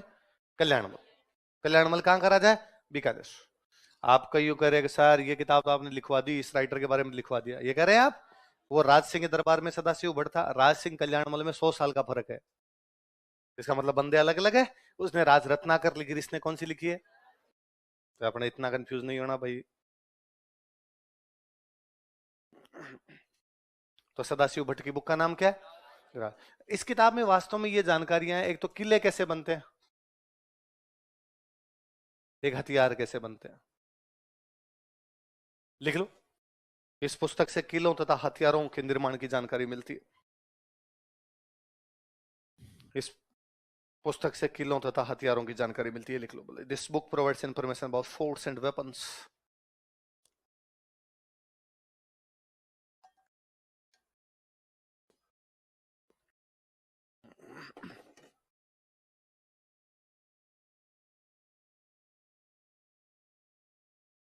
अब अगला राजा लिख लो। यहां के बाद में राजाओं के नाम के आगे महाराजा लगने लग गया था, यहां तक राव लग रहे थे इनके नाम के आगे। महाराजा Rai Singh.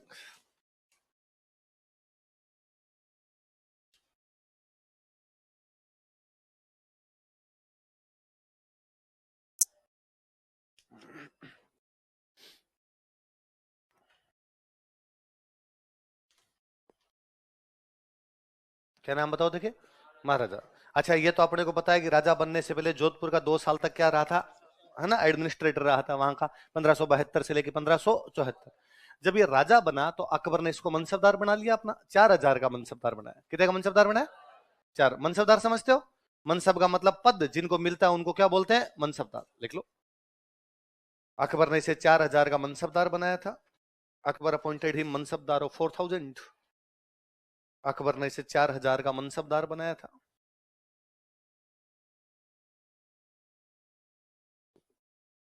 Akbar appointed him mansabdar of 4000। मैंने देखो बताया था कि अपने उत्तर भारत में 2 जगह बड़ी पैसे वाली थी, एक तो गुजरात और एक मालवा, है ना। इसलिए दिल्ली में कोई राजा बनता हो 2 जगह कब्जा करना चाहता, गुजरात और मालवा। और गुजरात और मालवा वाले हमेशा ये चाहते कि हम दिल्ली वालों के कंट्रोल में आएंगे, बोलता हम टैक्स क्यों दे, हमारी कमाई हमारे पास रखेंगे। तो दिल्ली वाले जबरदस्ती करके टैक्स लेके जाते, वरना टैक्स देते नहीं थे। हमने पढ़ा सर बुलंद खान ने मोहम्मद सर रंगीला को टैक्स देने से मना कर दिया था, बताया था मैंने। फिर अभय सिंह जाके टैक्स लेके आया था, वरना उसने टैक्स दिया नहीं था। ऐसे ही अकबर के टाइम में गुजरात के अंदर एक बंदा, उसका नाम है इब्राहिम मिर्जा। क्या नाम है? अकबर का भाई नहीं लगता है, दूर दराज की रिश्तेदारी के अंदर भाई है, और ये यहां पर गुजरात बैठा है। ये मिर्जा खूब सारे गुजरात में रहते थे। और सुनो देखो, अकबर ये थे मुगल। कौन थे? मुगल। बाबर से पहले, बाबर के जितने भी पहले मुगल हुए थे, उसके पिताजी, परदादा जी, सरदादा जी जो भी हुए थे, वो सारे नाम के आगे लगाते थे मिर्जा। क्या लगाते? बाबर पहला आदमी था जिसने बाबर ना लगा के नाम के आगे लगाया था बादशाह। क्या लगाया था? तो मुगलों में पहला व्यक्ति जिसने नाम के आगे बादशाह लगाया वो कौन था? इससे पहले वाले क्या लगाते? जैसे बाबर के पिताजी का नाम देखोगे, उसका नाम था उमर शेख मिर्जा। क्या नाम था? अब ठीक है, बाबर, बाबर के बेटे, पोते, पड़पोते तो लगाने लग गए बादशाह, पर बाबर के भाई के बेटे, बाबर के भतीजे, वो तो अभी भी क्या लगाते हैं? तो ये मिर्जा मतलब मुगलों के भाई बंधु है। तो मुगलों ने अपने, अकबर ने भी अपने चचेरे भाई, ताऊ के बेटे जो है उनको गुजरात दे रखा। भाई भाइयों पे तो भरोसा करे। और थोड़े दिनों बाद भाइयों ने कहा भाग यहाँ से, किस बात का टैक्स? इब्राहिम मिर्जा ने टैक्स देने से क्या कर दिया? मना। तो अकबर ने राय सिंह को कहा कि तुम गुजरात जा, और गुजरात जाके मिर्जाओं से क्या ले? टैक्स। पर उसने और कहा, उसने कहा एक दिक्कत और है अपने, गुजरात जाने का जो रास्ता है ना वो ब्लॉक हो रखा है। कैसे? तो गुजरात जाने का रास्ता ब्लॉक कर रखा है सिरोही जालोर वालों ने। किसने ब्लॉक कर रखा है? क्योंकि गुजरात जाने के लिए बीच में क्या आएंगे अपने? सिरोही और जालोर। उन दिनों सिरोही में एक राजा हुआ करता, उसका नाम था सुल्तान। क्या नाम था? सुल्तान। इन दिनों जालोर में एक राजा हुआ करता, जालोर के राजा का नाम था ताज खान। क्या नाम था? ये दोनों मुगलों को निकलने नहीं देते। क्यों नहीं निकलने देते? क्योंकि ये दोनों महाराणा प्रताप के दोस्त हैं। किसके दोस्त है? अकबर के टाइम मेवाड़ का राजा कौन है? महाराणा प्रताप। सिरोही का राजा कौन है? सुल्तान। जालोर का राजा कौन है? ताज खान। किसके दोस्त है? महाराणा प्रताप ने कर रोक दो इधर से। तो इन्होंने पूरे रास्ते ब्लॉक कर रखे, ये वहां से जाने नहीं देते। अच्छा, ताज खान जो है ये था अफगान। कौन था? आप वापस याद करो, मैंने बताया था बाबर मुगल है, बाबर भारत में अफगानों को हरा के आया था। भाई इब्राहिम लोदी ये कौन थे? अफगान। इसके इसलिए अफगानों की मुगलों की आपस में कभी भी बनती, और जो कोई मुगलों के खिलाफ लड़ता अफगान उसका साथ देते। आप पढ़ रहे हो, महमूद लोदी संगा के साथ आ गया, हाकिम खान सूर महाराणा प्रताप के साथ आ गया। वैसे एक अफगान और कौन है? ताज खान। तो ताज खान भी किसका साथ दे रहा है? महाराणा प्रताप। किसके खिलाफ? तो अकबर ने इसको दो टास्क दिए, एक तो अपने गुजरात में किससे लड़ने के लिए जाना है, लेकिन बीच में किसको समझाना है? सुल्तान और ताज खान। राय सिंह बीकानेर से निकला, सिरोही जालोर होता हुआ गुजरात जाएगा, तो रास्ते में सुल्तान और ताज खान से मिला, और सुल्तान ताज खान को कहा गया क्यों लड़ते हो फालतू, देखो हमने अकबर से संधि कर रखी है, तो हमारे राज्य पर अब किसी भी प्रकार का कोई भी खतरा, बीकानेर पे तो कोई हमला नहीं होगा, तुम्हारे यार बार बार हमले होते रहते हैं, कब तक झेलोगे? तो आपने तुम महाराणा प्रताप का साथ मत दो, तुम तो इधर अकबर की तरफ आ जाओ, हमारा साथ दो। ये दोनों मान गए, इन्होंने अकबर से संधि कर ली। किसके कहने पे? राय सिंह। तो इन दोनों को अकबर के पक्ष में कोई लेके आया था तो कौन था? तो वो एक बार तो इन दोनों को समझा कर वो कहां चला गया? गुजरात। और गुजरात जाके उसने इसको हराया। गुजरात में एक जगह पड़ती कठोली, कौन सा है? तो कठोली के युद्ध में किसको हराता है? फिर इब्राहिम मिर्जा तो पंजाब की तरफ भाग गया, इसका एक भाई जिंदा पकड़ लिया गया, इसके भाई का नाम था हुसैन मिर्जा। क्या नाम था? तो इसने हुसैन मिर्जा को पकड़ लिया, इब्राहिम मिर्जा भाग गया। कौन से युद्ध में? तो इसने पूछा अकबर से कि भाई इब्राहिम मिर्जा तो भाग गया, हुसैन मिर्जा को पकड़ लिया, इसका क्या करूं? अकबर ने कहा थोड़े दिन तो अपने पास रख। फिर अकबर ने इसको मार दिया। तो एक बंदे को मार दिया गया था। किसको मार दिया गया था? एक बंदे को पकड़ लिया गया था, इब्राहिम सॉरी एक बंदे को हरा दिया था। किसको हराया था? इब्राहिम। कौन से युद्ध में? और उसके कौन से भाई को पकड़ के मार दिया था? किस दो को समझाया था? किसके पक्ष में लेके आया? जबकि पहले किसका सपोर्ट कर रहे थे? तो इन्होंने एक बार तो संधि कर ली राय सिंह के कहने पे। थोड़े दिन बाद राय सिंह जब गुजरात से चला गया, इन्होंने कहा मजाक कर रहे थे, प्रैंक था। मैंने बताया था ये महाराणा प्रताप के साथ वाले जीते थे, एक बार संधियां कर लिया करते, बाद जैसे लगता खतरा टल गया तो संधि को मानने से क्या कर देते मन। तो अपने दोनों बातें पूछी जाएगी। कोई पूछेगा सुल्तान और ताज खान को अकबर के पक्ष में कौन लाया था? कहां जा रहा था उस समय? गुजरात। गुजरात में कौन सा युद्ध लड़ता है? किसको हराता है? किसको मारता है? देखो, सिरोही के सुल्तान तथा जालोर के ताज खान को अकबर के पक्ष में लाया था। He brought Sultan of Sirohi and Taj Khan of Jalore in favor of Akbar. Sirohi के सुल्तान तथा जालोर के ताज खान को अकबर के पक्ष में लाया था। He brought Sultan of Sirohi and Taj Khan of Jalore in favor of Akbar. Sirohi के सुल्तान तथा जालोर के ताज खान को अकबर के पक्ष में लाया था। He brought Sultan of Sirohi and Taj Khan of Jalore in favor of Akbar.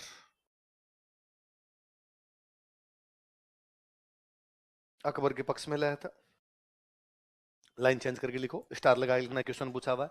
कठोली के युद्ध में इन बैटल ऑफ कठोली, कठोली के युद्ध में इन बैटल ऑफ कठोली, कठोली के युद्ध में इन बैटल ऑफ कठोली इसने इब्राहिम मिर्जा को हराया था। यही पूछा हुआ है किसको हराया था? इब्राहिम मिर्जा के नीचे अंडरलाइन करना, ये डिफीटेड इब्राहिम मिर्जा। इसने इब्राहिम मिर्जा को हराया था। गुजरात में था इब्राहिम मिर्जा ना, कोष्टक में गुजरात लिख लेना भले। इसने इब्राहिम मिर्जा को हराया था। He defeated Ibrahim Mirza. तथा हुसैन मिर्जा को मार दिया था। And killed Hussain Mirza. तथा हुसैन मिर्जा को मार दिया था। And killed Hussain Mirza.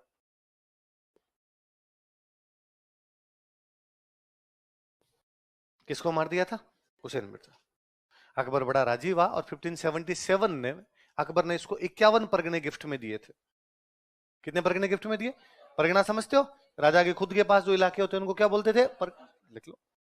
1577 ईस्वी में, 1577 एडी, 1577 ईस्वी में, 1577 एडी अकबर ने इसे 51 परगने गिफ्ट, अकबर ने इसे 51 परगने दिए थे। लिख लो, अकबर गिफ्टेड हिम 51 परगनाज। अकबर ने इसे 51 परगने दिए थे। Akbar gifted him 51 Parganas. एक ही बात है, पक्ष में लेके आएगा मतलब संधियां ही तो होती है। 1577 में अकबर ने कितने परगने दिए थे? 51 परगने दिए थे। अब 1605 में अकबर मरने वाला है। कौन मरने वाला है? अकबर। अकबर के दो बेटे दारू पी पी के मर गए थे। एक बेटा जीवता, उसका नाम क्या है? और वो भयंकर दारूड़ी है ना। दो बेटे दारू पी पी के मरे अकबर के। तीसरे वाला इतनी दारू पीता जिसकी कोई हद नहीं। मैंने दिन पहले ही बताया था आपको कि जहांगीर इतना दारूडिया था कि साफ साफ अपनी किताब में लिखता है कि 14 पेग दिन में लेता हूं और 6 पेग श्याम को लेता। वो बापड़ा कहता ही था कि एक बोतल शराब होवे, आधा किलो कबाब होवे, राज नूर जहां दा होवे, पावे खरा होवे चे पावे खराब होवे। नूर जहां का राज होना चाहिए, भले अच्छा हो या बुरा उससे कोई मतलब है, अपने को तो बस एक बोतल दारू मिल जाए, आधा किलो क्या मिल जाए, कबाब, इसके अलावा दुनिया पितल दी है, कोई लेना देना। तो जहांगीर उस टाइप का आदमी। तो अकबर को ही लगता था कि यार मैंने इतना बड़ा साम्राज्य खड़ा किया और ये दारूडिया पक्का बर्बाद कर देगा, इसलिए अपने जहांगीर को राजा नहीं बनाना। पर अब जहांगीर के अलावा तो कोई बेटा ही नहीं, किसको राजा बनाएंगे। तो अकबर ने खूब 51 साल राज किया था, तब तक जहांगीर का बेटा भी बड़ा हो गया था। और जहांगीर का एक बेटा, उसका नाम है खुसरो। क्या नाम है। तो अकबर ने कह रखा कि अगला राजा किसको बनाया जाएगा, खुसरो। किसको बनाएंगे, खुसरो। तो खुसरो उन दिनों पंजाब था।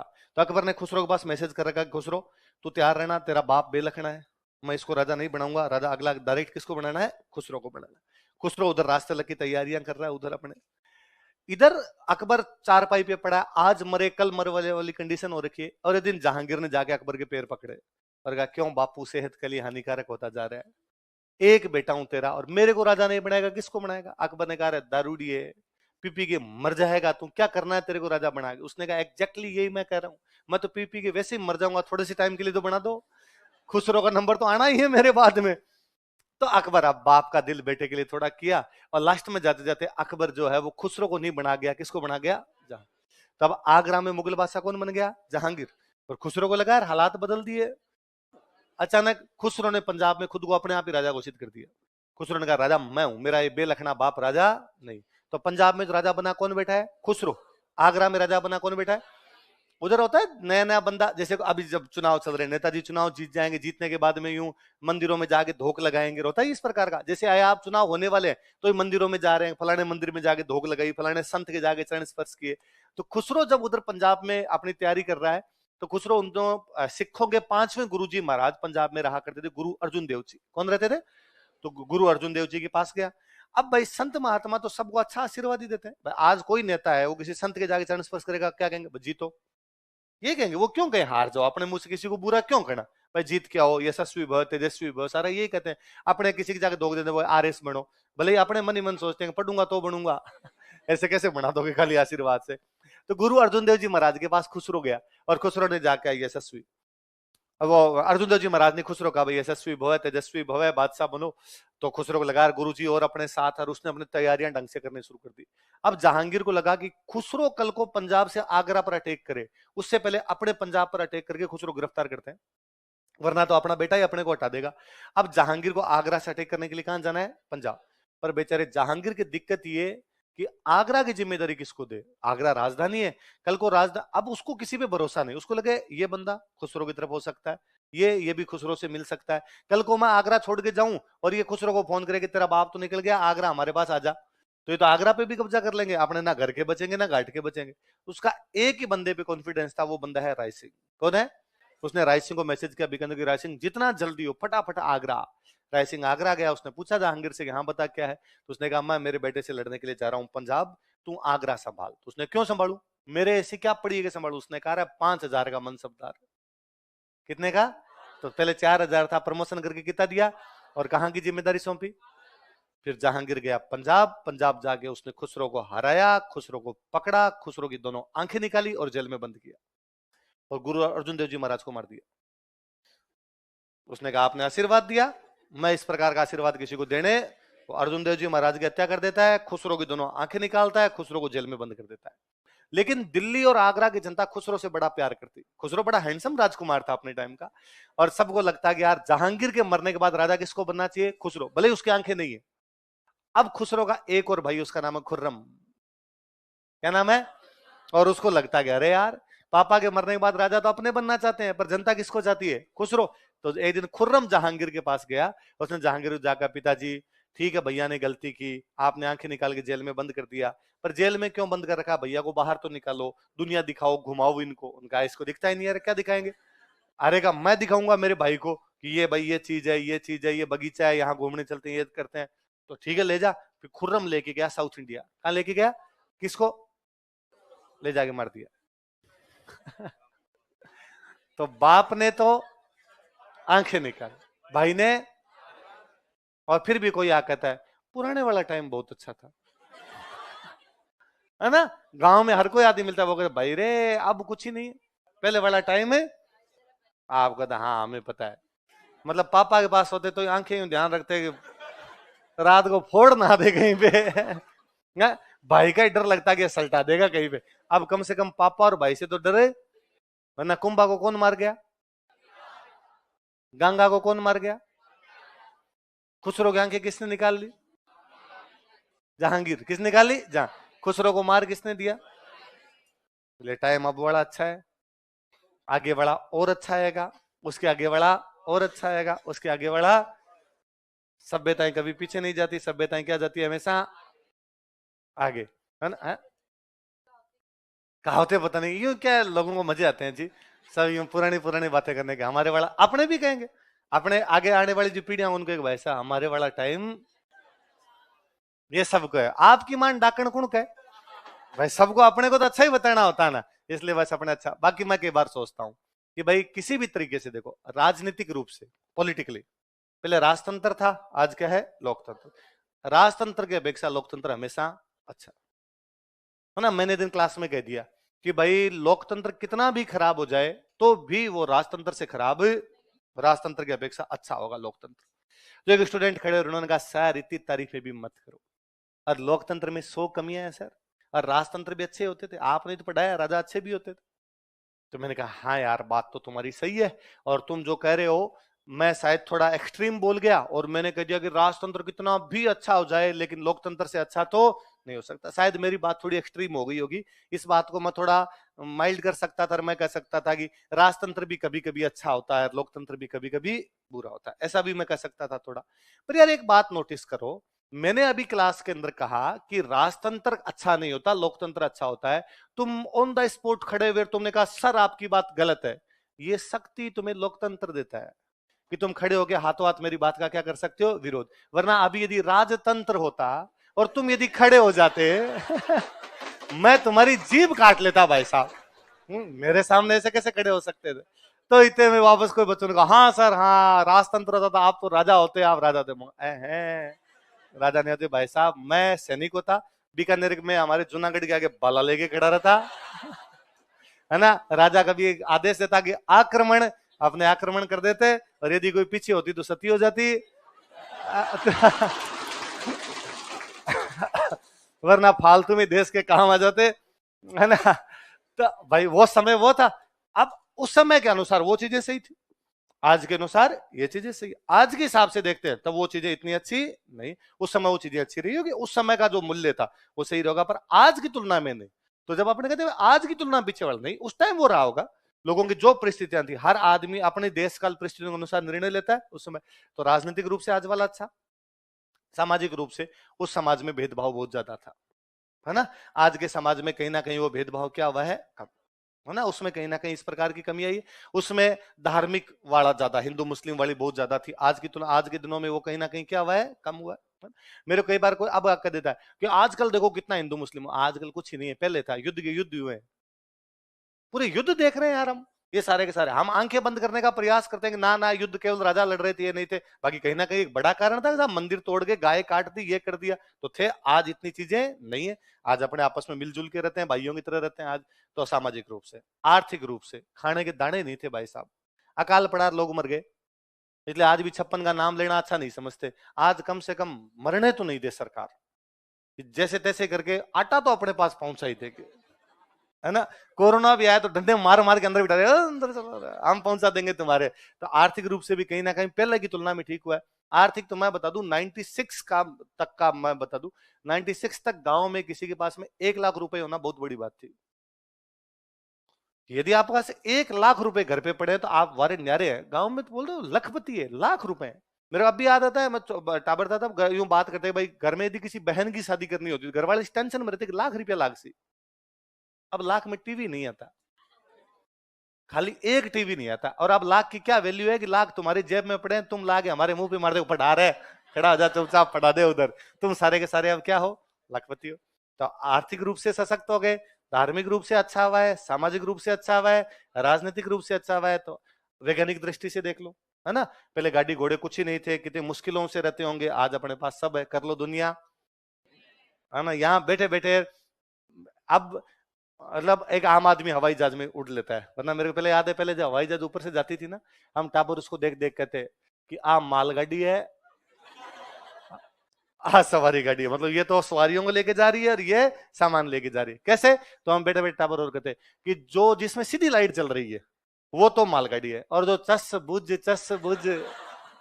ऐसे ऐसे जा रही है, इसका मतलब उसमें क्या है? सवारियां। तो आज वो भी है कि कहीं ना कहीं यात्रा करने में अपने लिए सरल हो गया है। तो अब का टाइम अच्छा है, आने वाला टाइम, उससे आने वाला टाइम, हमारी जो अगली पीढ़ियां आएगी वो इतनी इंटेलिजेंट होगी, मंगल ग्रह पे रहेगी। तो कोई सब पॉसिबल होगा।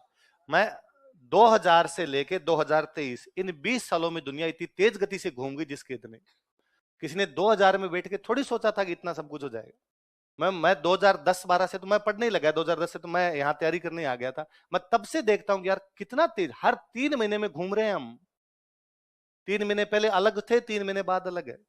मैं तो ये इंटरनेट वाला ये हमेशा एग्जांपल देता रहता हूँ कि हम ये तो 2018 के बाद में हुआ है कि अपने सबके मोबाइलों में इंटरनेट बड़ी तेज गति से चल रहा है, वरना 2G वाला चक्रिया घूमता था धीमे धीमे धीमे धीमे धीमे धीमे, है ना। तो बहुत तेजी से समय चेंज हो रहा है, तो कोई बड़ी बात नहीं, अपने अपनी जिंदगी में देख लेंगे कि मंगल पे 2 प्लॉट है, चांद पे, चांद पे प्लॉट ले लेंगे अपने बहुत जल्दी। मेरे तो उधर एक ब्रोकर जानकार है आपका भी यदि कोई प्लॉट की व्यवस्था करवानी तो बता देना, थोड़ा सस्ता मिल रहा है, 45x50 का प्लॉट ले लेते हैं उधर अपने, है ना, उधर तो घूमेगा जी समय तेज गति। टेक्नोलॉजी इतनी सशक्त होगी, नैनो टेक्नोलॉजी इतनी अभी भी आ गई कि ऐसे कपड़े बनने लगे जिन पे दाग लगे गए नहीं, धोने की आवश्यकता नहीं। नैनो टेक्नोलॉजी आपको और तो आगे शिवेंद्र से नैनो टेक्नोलॉजी पढ़ाएंगे तो बताएंगे आपको, बाकायदा अभी भी ऐसे कपड़े आते हैं जिन पे कोई भी दाग नहीं लग रहा और दुर्गंध नहीं आ रही, सुगंध आएगी। हाँ मेरे मेरे वाले नहीं, इसमें तो नैनो टेक्नोलॉजी चल नहीं, दाग लग जाए ऐसा। आप ये नहीं, आप मेरे पास ही जाते ला तेरे फेंक देते हैं ऐसा कर मत देना यार, खराब हो जाएगा। हाँ अब नहीं है, आने वाला टाइम, मतलब आने वाले टाइम में तो ये टेक्नोलॉजी वाले तो इतने सशक्त होंगे कि एक चावल का दाना खाएंगे 3 दिन भूख नहीं लगेगी, है ना। इसलिए आदमी 24 घंटे काम करेगा, कोई नींद नहीं आएगी, भूख की कोई उसको आवश्यकता। एक चावल का दाना भाई, न्यूट्रिशन ही तो देने हैं, पोषक तत्व ही तो देने, एक चावल के दाने में सारे डाल दो। फिर आपको आप टाइम नहीं है मेरे पास, एक चावल का दाना खाया 3 दिन, बस उसी से काम चला लोगे आप। आने वाला टाइम अच्छा है, आने वाला टाइम बुरा नहीं है, तो इसलिए कतई चिंता करने की आवश्यकता। तो ये जो कई बार कहते रहते हैं ना कि ये हो जाएगा तो ये बर्फ पिघल जाएगी, ये ग्लोबल वार्मिंग बढ़ जाएगी, बादलों में छेद हो जाएगा, ओजोन में भी छेद हो जाएगा, ऐसे खूब सारे करते रहते हैं। यदि हो भी गया तो अपने आगे आने वाली पीढ़ी इतनी इंटेलिजेंट होगी, बढ़ देगी, है ना। हाँ बरसात तो आज भी करवाने लग गए यार, कि दिल्ली का मौसम खराब है, कृत्रिम वर्षा करवा लेते हैं। इंद्र भगवान की आवश्यकता नहीं है, बेटा बेटा आदमी कराएगा आज। फिर घर घर में ऐसा कोई रिमोट होगा, वो वाइफ कहेगी टिप टिप बरसा पानी गिर है नाच तू क्या याद रखेगी आज अपने नाचते हैं अपने चल के। अनएवल टाइम अच्छा है, बुरा नहीं है भाई साहब। तो लिखो अपने, लिखो जहांगीर ने इसे 5,000 का मनसबदार बनाया। Jahangir appointed him mansabdar of 5,000। Jahangir ने इसे 5,000 का मनसबदार बनाया। Jahangir appointed him mansabdar of 5,000। Jahangir ने इसे 5,000 का मनसबदार बनाया। Jahangir appointed him mansabdar of 5,000। Line change करके लिखो, खुसरो के विद्रोह के दौरान, during revolt of Khusro, Khusro के विद्रोह के दौरान, during revolt of Khusro, Khusro के विद्रोह के दौरान, during revolt of Khusro, Jahangir ने इसे राजधानी आगरा की जिम्मेदारी सौंपी। Jahangir gave responsibility of capital Agra to him। Jahangir ने इसे राजधानी आगरा की जिम्मेदारी सौंपी। Jahangir gave responsibility of capital Agra to him। Jahangir ने इसे राजधानी आगरा की जिम्मेदारी सौंपी। Jahangir gave responsibility of capital Agra to him। Jahangir ने कहां की जिम्मेदारी सौंपी? राजधानी आगरा की जिम्मेदारी सौंपी। जहांगीर ने इसकी पोस्टिंग कर रखी थी, जहांगीर के अकबर के टाइम में, अकबर के टाइम में इसकी पोस्टिंग थी बुरहानपुर। कहां पे थी? बुरहानपुर पड़ता है मध्य प्रदेश में। कहां पड़ता है? साउथ मध्य प्रदेश, नीचे वाला जो उधर वाला इलाका मध्य प्रदेश में पड़ता है। जब यहां पर इसकी पोस्टिंग थी तो इसने अपने एक मंत्री को भेजा, इसके मंत्री का नाम था करमचंद। क्या नाम था? करमचंद को भेजा कि जाओ और जाके बीकानेर में अपने किला बनाओ। तो बीकानेर में पहले एक पुराना किला बना हुआ था बीकाजी के टाइम का, वो छोटा बना हुआ था, उस पुराने किले को बड़ा रूप देके बड़ा किला बना दिया। पुराने को राजस्थानी भाषा में बोलते हैं जुनो। पुराने को राजस्थानी भाषा में क्या कहते हैं? पुराने गढ़ की जगह बड़ा गढ़ और बना दिया, तो जुने की जगह गढ़ बनाया, इसलिए नाम ही क्या हो गया? क्या नाम हो गया? तो बीकानेर में जूनागढ़ किले का निर्माण किसने करवाया? राय सिंह। किसकी देखरेख में हुआ? क्योंकि राय सिंह खुद उस समय कहां था? 1589 में बनाने लगे थे, पुराना बना हुआ था, कुछ स्ट्रक्चर बाद में और बनाया गया। 94 तक इस किले का निर्माण हुआ। याद रहेगी बात? तो बीकानेर वाले किले का नाम क्या है? अकबर के टाइम की बातें हैं सब। उन्हीं दिनों जयमल पत्ता वाली मूर्तियां लगी थी, इसलिए जूनागढ़ में भी जयमल पत्ता की मूर्तियां लगाई गई थी। पढ़ा था हमने? क्योंकि किला उस टाइम बना तो मूर्तियां लगा ली होगी। लिख लो, लिखो राय सिंह जब, लिखो यह जब बुरहानपुर में था, when he was in Burhanpur, यह जब बुरहानपुर में था, when he was in Burhanpur, यह जब बुरहानपुर में था, when he was in Burhanpur, तब करमचंद की देखरेख में जूनागढ़ किले का निर्माण करवाया गया था। Then Junagarh fort was built under supervision of Karamchand. Junagarh कहां है? बीकानेर में है ना। तब करमचंद की देखरेख में जूनागढ़ किले का निर्माण करवाया गया था। Then Junagarh fort was built under supervision of Karamchand. Karamchand की देखरेख में जूनागढ़ किले का निर्माण करवाया गया था। Then Junagarh fort was built under supervision of Karamchand.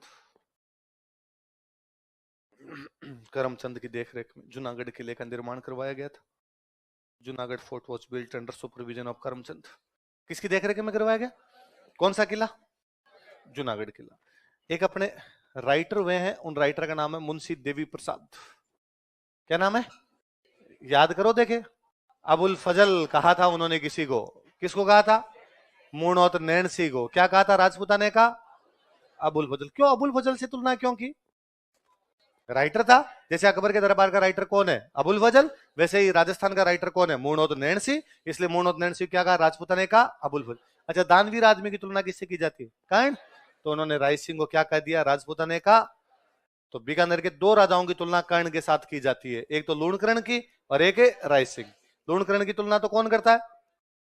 Bitthu सुजा। कौन करता है? क्या कहता है उनको? कलयुग का कर्ण। और मुंशी देवी प्रसाद राय सिंह को क्या कहते हैं? मुंशी देवी प्रसाद ने इसे राजपूताने का कर्ण कहा था। Munshi Devi Prasad called him Karna of Rajputana. Munshi Devi Prasad ने इसे राजपूताने का कर्ण कहा था। Munshi Devi Prasad called him Karna of Rajputana. Munshi Devi Prasad ने इसे राजपूताने का कर्ण कहा था। Munshi Devi Prasad called him Karna of Rajputana.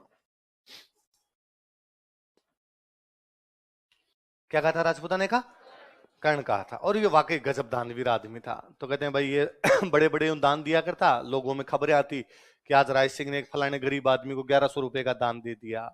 आज किसी महिला के पति की डेथ हो गई थी, उसके छोटे बच्चे थे, परिवार में कोई कमाने वाला नहीं था, उसने उसको 5100 रुपए का दान दे दिया। ऐसे अलग अलग प्रकार की खूब सारी बातें आती।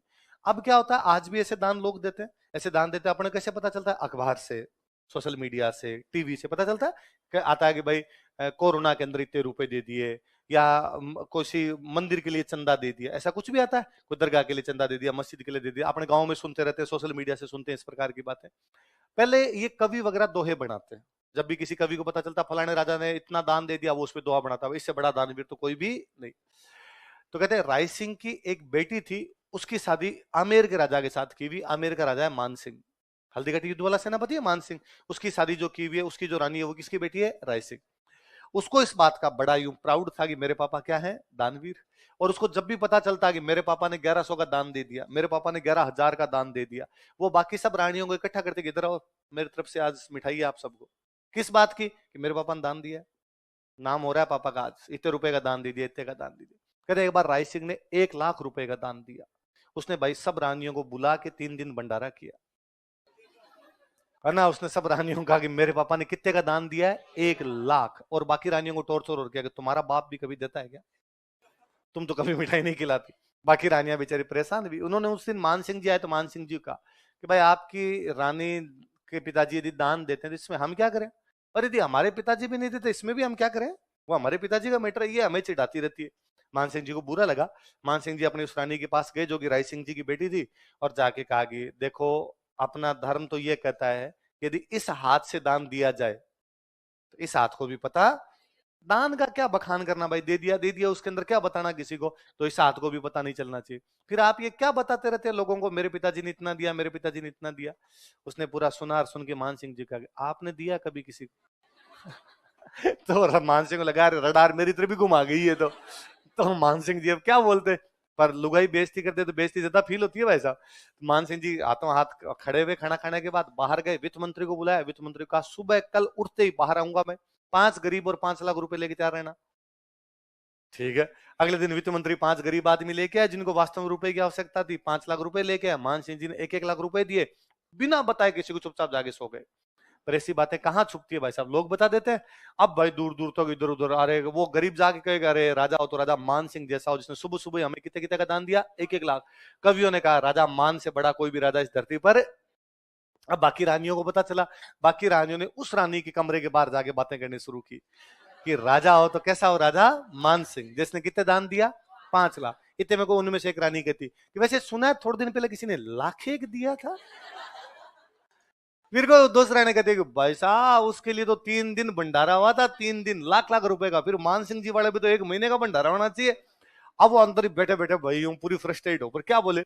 पर दोपहर तक उसने सुना, दोपहर के बाद बाहर आई, बाहर आके सब रानी को इकट्ठा किया, इकट्ठा करके मेरी तरफ से भंडारा है। तो रानी ने कहा किस बात का? उसने कहा इस दुनिया में 2 ही लोग दान दे सकते हैं, या मेरे पिता या मेरे पति।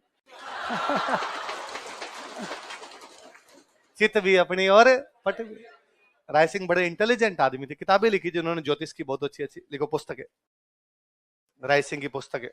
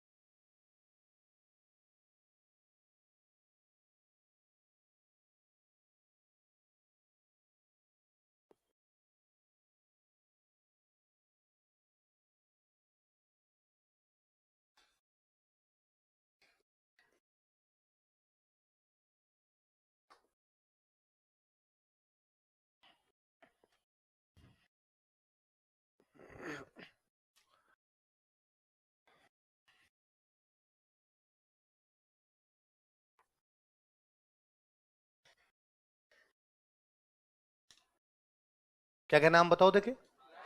राय सिंह महोत्सव, वैदिक वंशावली, ज्योतिष रत्नमाला, बाल बोधिनी। वापस बोलो। राय सिंह महोत्सव, वैदिक वंशावली, ज्योतिष रत्नमाला। ये जो बाल बोधिनी है ना, ये ज्योतिष की किताबों पे टीका है। ज्योतिष की अलग अलग अच्छी अच्छी किताबें मंगाई, उनकी अच्छी अच्छी बातें किताब में लिख दो। इस किताब का नाम क्या है? टीका समझते हो? कमेंट्री लिख लो। ज्योतिष ग्रंथों पर टीका, कमेंट्री ऑन एस्ट्रोलॉजी टेक्स्ट। ज्योतिष ग्रंथों पर टीका, कमेंट्री ऑन एस्ट्रोलॉजी टेक्स्ट।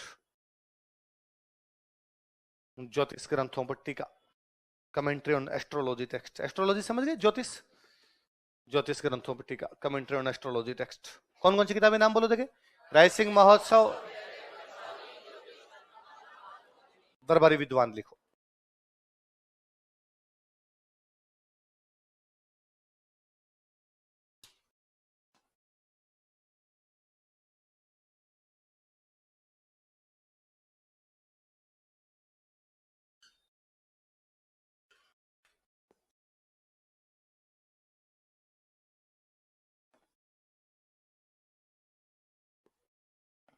जैता, जैता नाम के एक जैन विद्वान थे, और जैता ने एक प्रशस्ति लिखी, उसका नाम क्या है?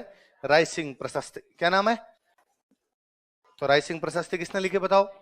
जैता। बताओ वैद्यनाथ प्रशस्ति किसने लिखी? रूप भट्ट।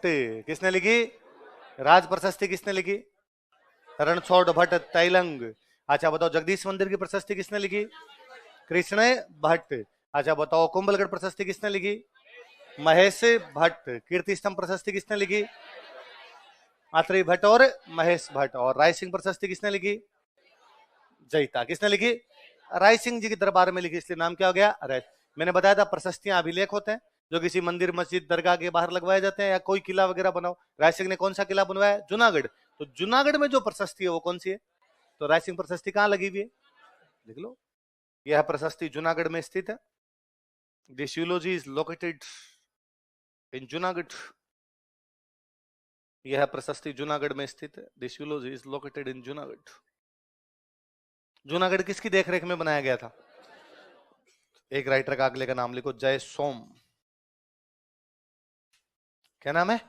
जय सोम। एक बुक का नाम लिख रहा हूं, इंग्लिश वाले भी हिंदी में उतार लेना, लंबा छोटा नाम इंग्लिश में लिखोगे तो शहीद हो जाएंगे। ये कौन सी हंसी है तेरी?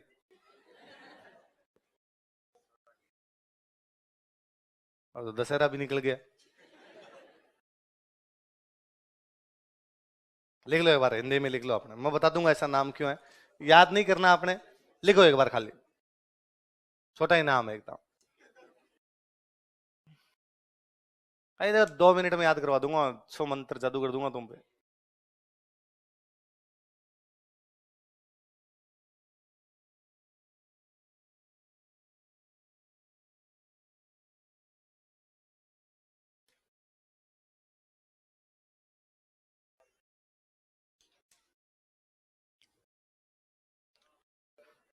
देखो, सुनो देखो, ये वास्तव में कुछ ही नहीं है जी, 4 शब्द उसने जोड़ दिए।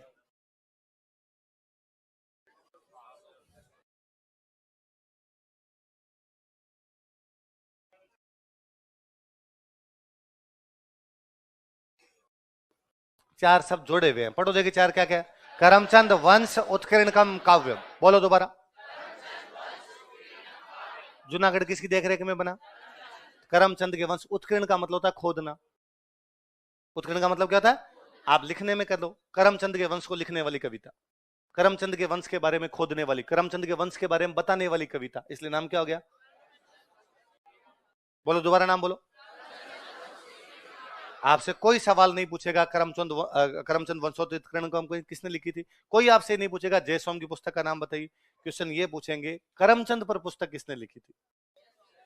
आईवासो इतना बड़ा नाम कोई नहीं पूछे, करमचंद पर पुस्तक किसने लिखी है तो पूछ सकते हैं, वरना वो भाई ये कोई कि करमचंद वंश उत्कीर्णकम काव्यम लिखने वाले राइटर का नाम बताओ ना। करमचंद की जानकारी देने वाला राइटर कौन था? तो कौन था? जैसे फिर दूसरी भी इंपॉर्टेंट बात, वो बात ये है कि अब जब करमचंद पे कोई किताब लिखी जाएगी तो उसमें राय सिंह का जिक्र होगा, ऑब्वियस बात है भाई, लिखेंगे राय सिंह। तो इस पुस्तक में राय सिंह का जहां भी नाम आया है, राय सिंह के लिए लिखा हुआ है राजेंद्र। राय सिंह को क्या लिखा हुआ है? अच्छा, राजेंद्र का मतलब क्या होता है? राजेंद्र का मतलब होता है ऐसा राजा जो अपने हारे हुए दुश्मन के साथ अच्छा बर्ताव करता है। वह राजा जो अपने हारे हुए दुश्मन के साथ भी अच्छा बर्ताव करे उसको क्या बोलते हैं? भाई एक राजा है, उसने एक दूसरे राजा को हराया, ये तो हराने के बाद कहा इसके परिवार को गिरफ्तार करो रे, जूते मार के बाहर निकालो। एक हराने के बाद उसने कहा कोई बात नहीं, शाबाश, खड़ा हो जा भाई, लड़ाई में हार जीत होती रहती है, आज मैं जीत गया तू हार गया, लाओ भाई खाना लाओ, साथ में बैठ के खाएंगे, अच्छा बर्ताव। आपने हरा दिया किसी बंदे, कोई बात नहीं, लड़ाई का एक जीतेगा एक क्या होगा, पर हराने के बाद उससे अच्छा बर्ताव क्या। ऐसे राजा जो हराने के बाद भी दुश्मनों से अच्छा बर्ताव करते हैं उनको क्या बोलते? अब कोई आपसे पूछेगा राय सिंह और राजेंद्र कहने वाला राइटर कौन था, भाई बस मैं सीधा कह देता ना कि जय सोम ने राय सिंह और राजेंद्र का, था आप कहते सर कौन सी किताब में, लो आई बात समझ। लिखो,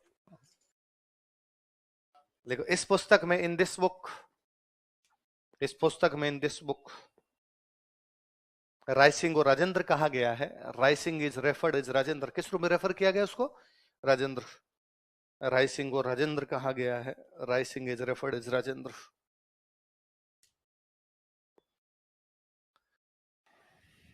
रायसिंह को राजेंद्र कहा गया है। क्या कहा गया रायसिंह को? राजेंद्र। बिना राजा चेंज किए एक हेडिंग डालो, राजा मत चेंज करना, एक हेडिंग डालो पृथ्वीराज राठौड़। याद आया कुछ आपके? कल्ला राय मलोत के मरसिए लिखे थे, पढ़ा था हमने वही।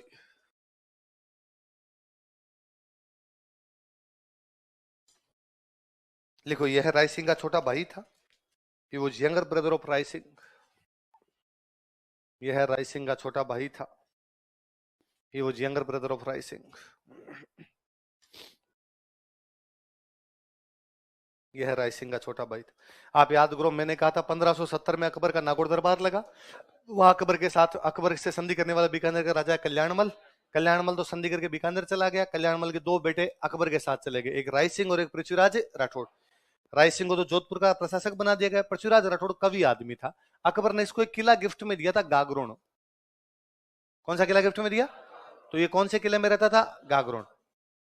वहां बैठ के अपनी किताबें विताबें लिखा करता था। लिखो, यह अकबर के दरबार में था, या यह अकबर का दरबारी विद्वान था। He was called scholar of Akbar. यह अकबर का दरबारी विद्वान था। He was called scholar of Akbar.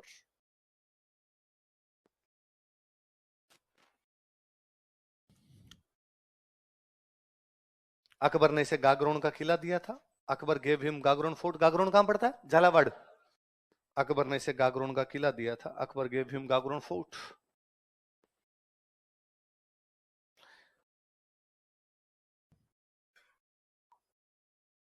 Akbar ने कौन सा किला दिया था? वहां बैठ के इसने कई किताबें लिखी। पुस्तकों के नाम लिखो, इसके लिखो पुस्तकें, उतार लो एक बार, फिर अपने बात कर लेंगे।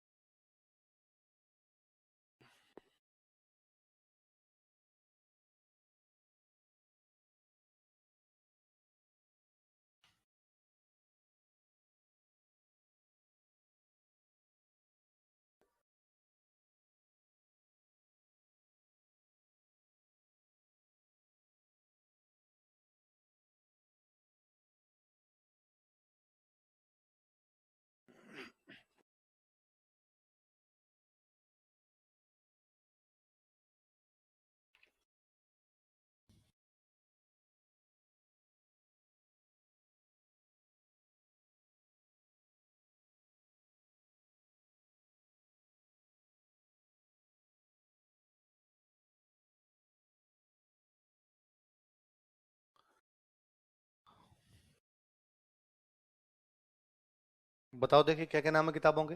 वेली कृष्ण रुक्मणी री, गंगा लहरी, दशरथ वराउत, दसम भागवतरा दुआ। पहली किताब के स्टार लगा लो, ज्यादा काम किए। क्वेश्चन बार बार उसी का पूछा हुआ है। पर कभी मेंस में लिखने के लिए आ जाए पृथ्वीराज राठौड़, तो अपने पास दो किताबें और हो तो अपने लिख सकते हैं कि इसने ये किताबें भी लिखी थी। अब पर एक एक काम मैं बताता हूँ। पहली बुक का नाम क्या है? वेली कृष्ण रुक्मणी। कृष्ण रुक्मणी में तो कोई दिक्कत ही नहीं। भगवान कृष्ण और उनके जो पटरानी थे उनका नाम क्या था? रुक्मणी। रा रे री मतलब काके की। वेली का मतलब लंबी कविताएं। राजस्थानी में जो अपनी लंबी पोइम्स होती, कविताएं होती, उनको क्या बोलते हैं? फूलों की बेल होती है, छोटी होती है, एक लंबी होती है। बेल की तरह लंबी कविताएं, इसलिए नाम क्या हो गया? लबड़ की चीज है तो नाम क्या हो गया बुक का? कृष्ण और रुक्मणी पे लंबी कविता लिख दी, इसलिए नाम क्या हो गया? वेली कृष्ण रुक्मणी। गंगा जी पर बुक लिखी, गंगा जी की लहर, तो नाम ही क्या हो गया बुक का? वराउत का मतलब होता है बेटा। वराउत का मतलब तो दशरथ का बेटा। कौन सी बुक होगी? दशरथ वराउत। भगवान विष्णु को बोलते हैं भागवत। क्या बोलते हैं? मैंने बताया था भागवत संप्रदाय, वैष्णव संप्रदाय। भगवान विष्णु के कितने अवतार है? 10, इसलिए नाम क्या है? दसम भागवतरा। पहले बड़ी बात है, चारों बोलो, देखो दोबारा बोलो।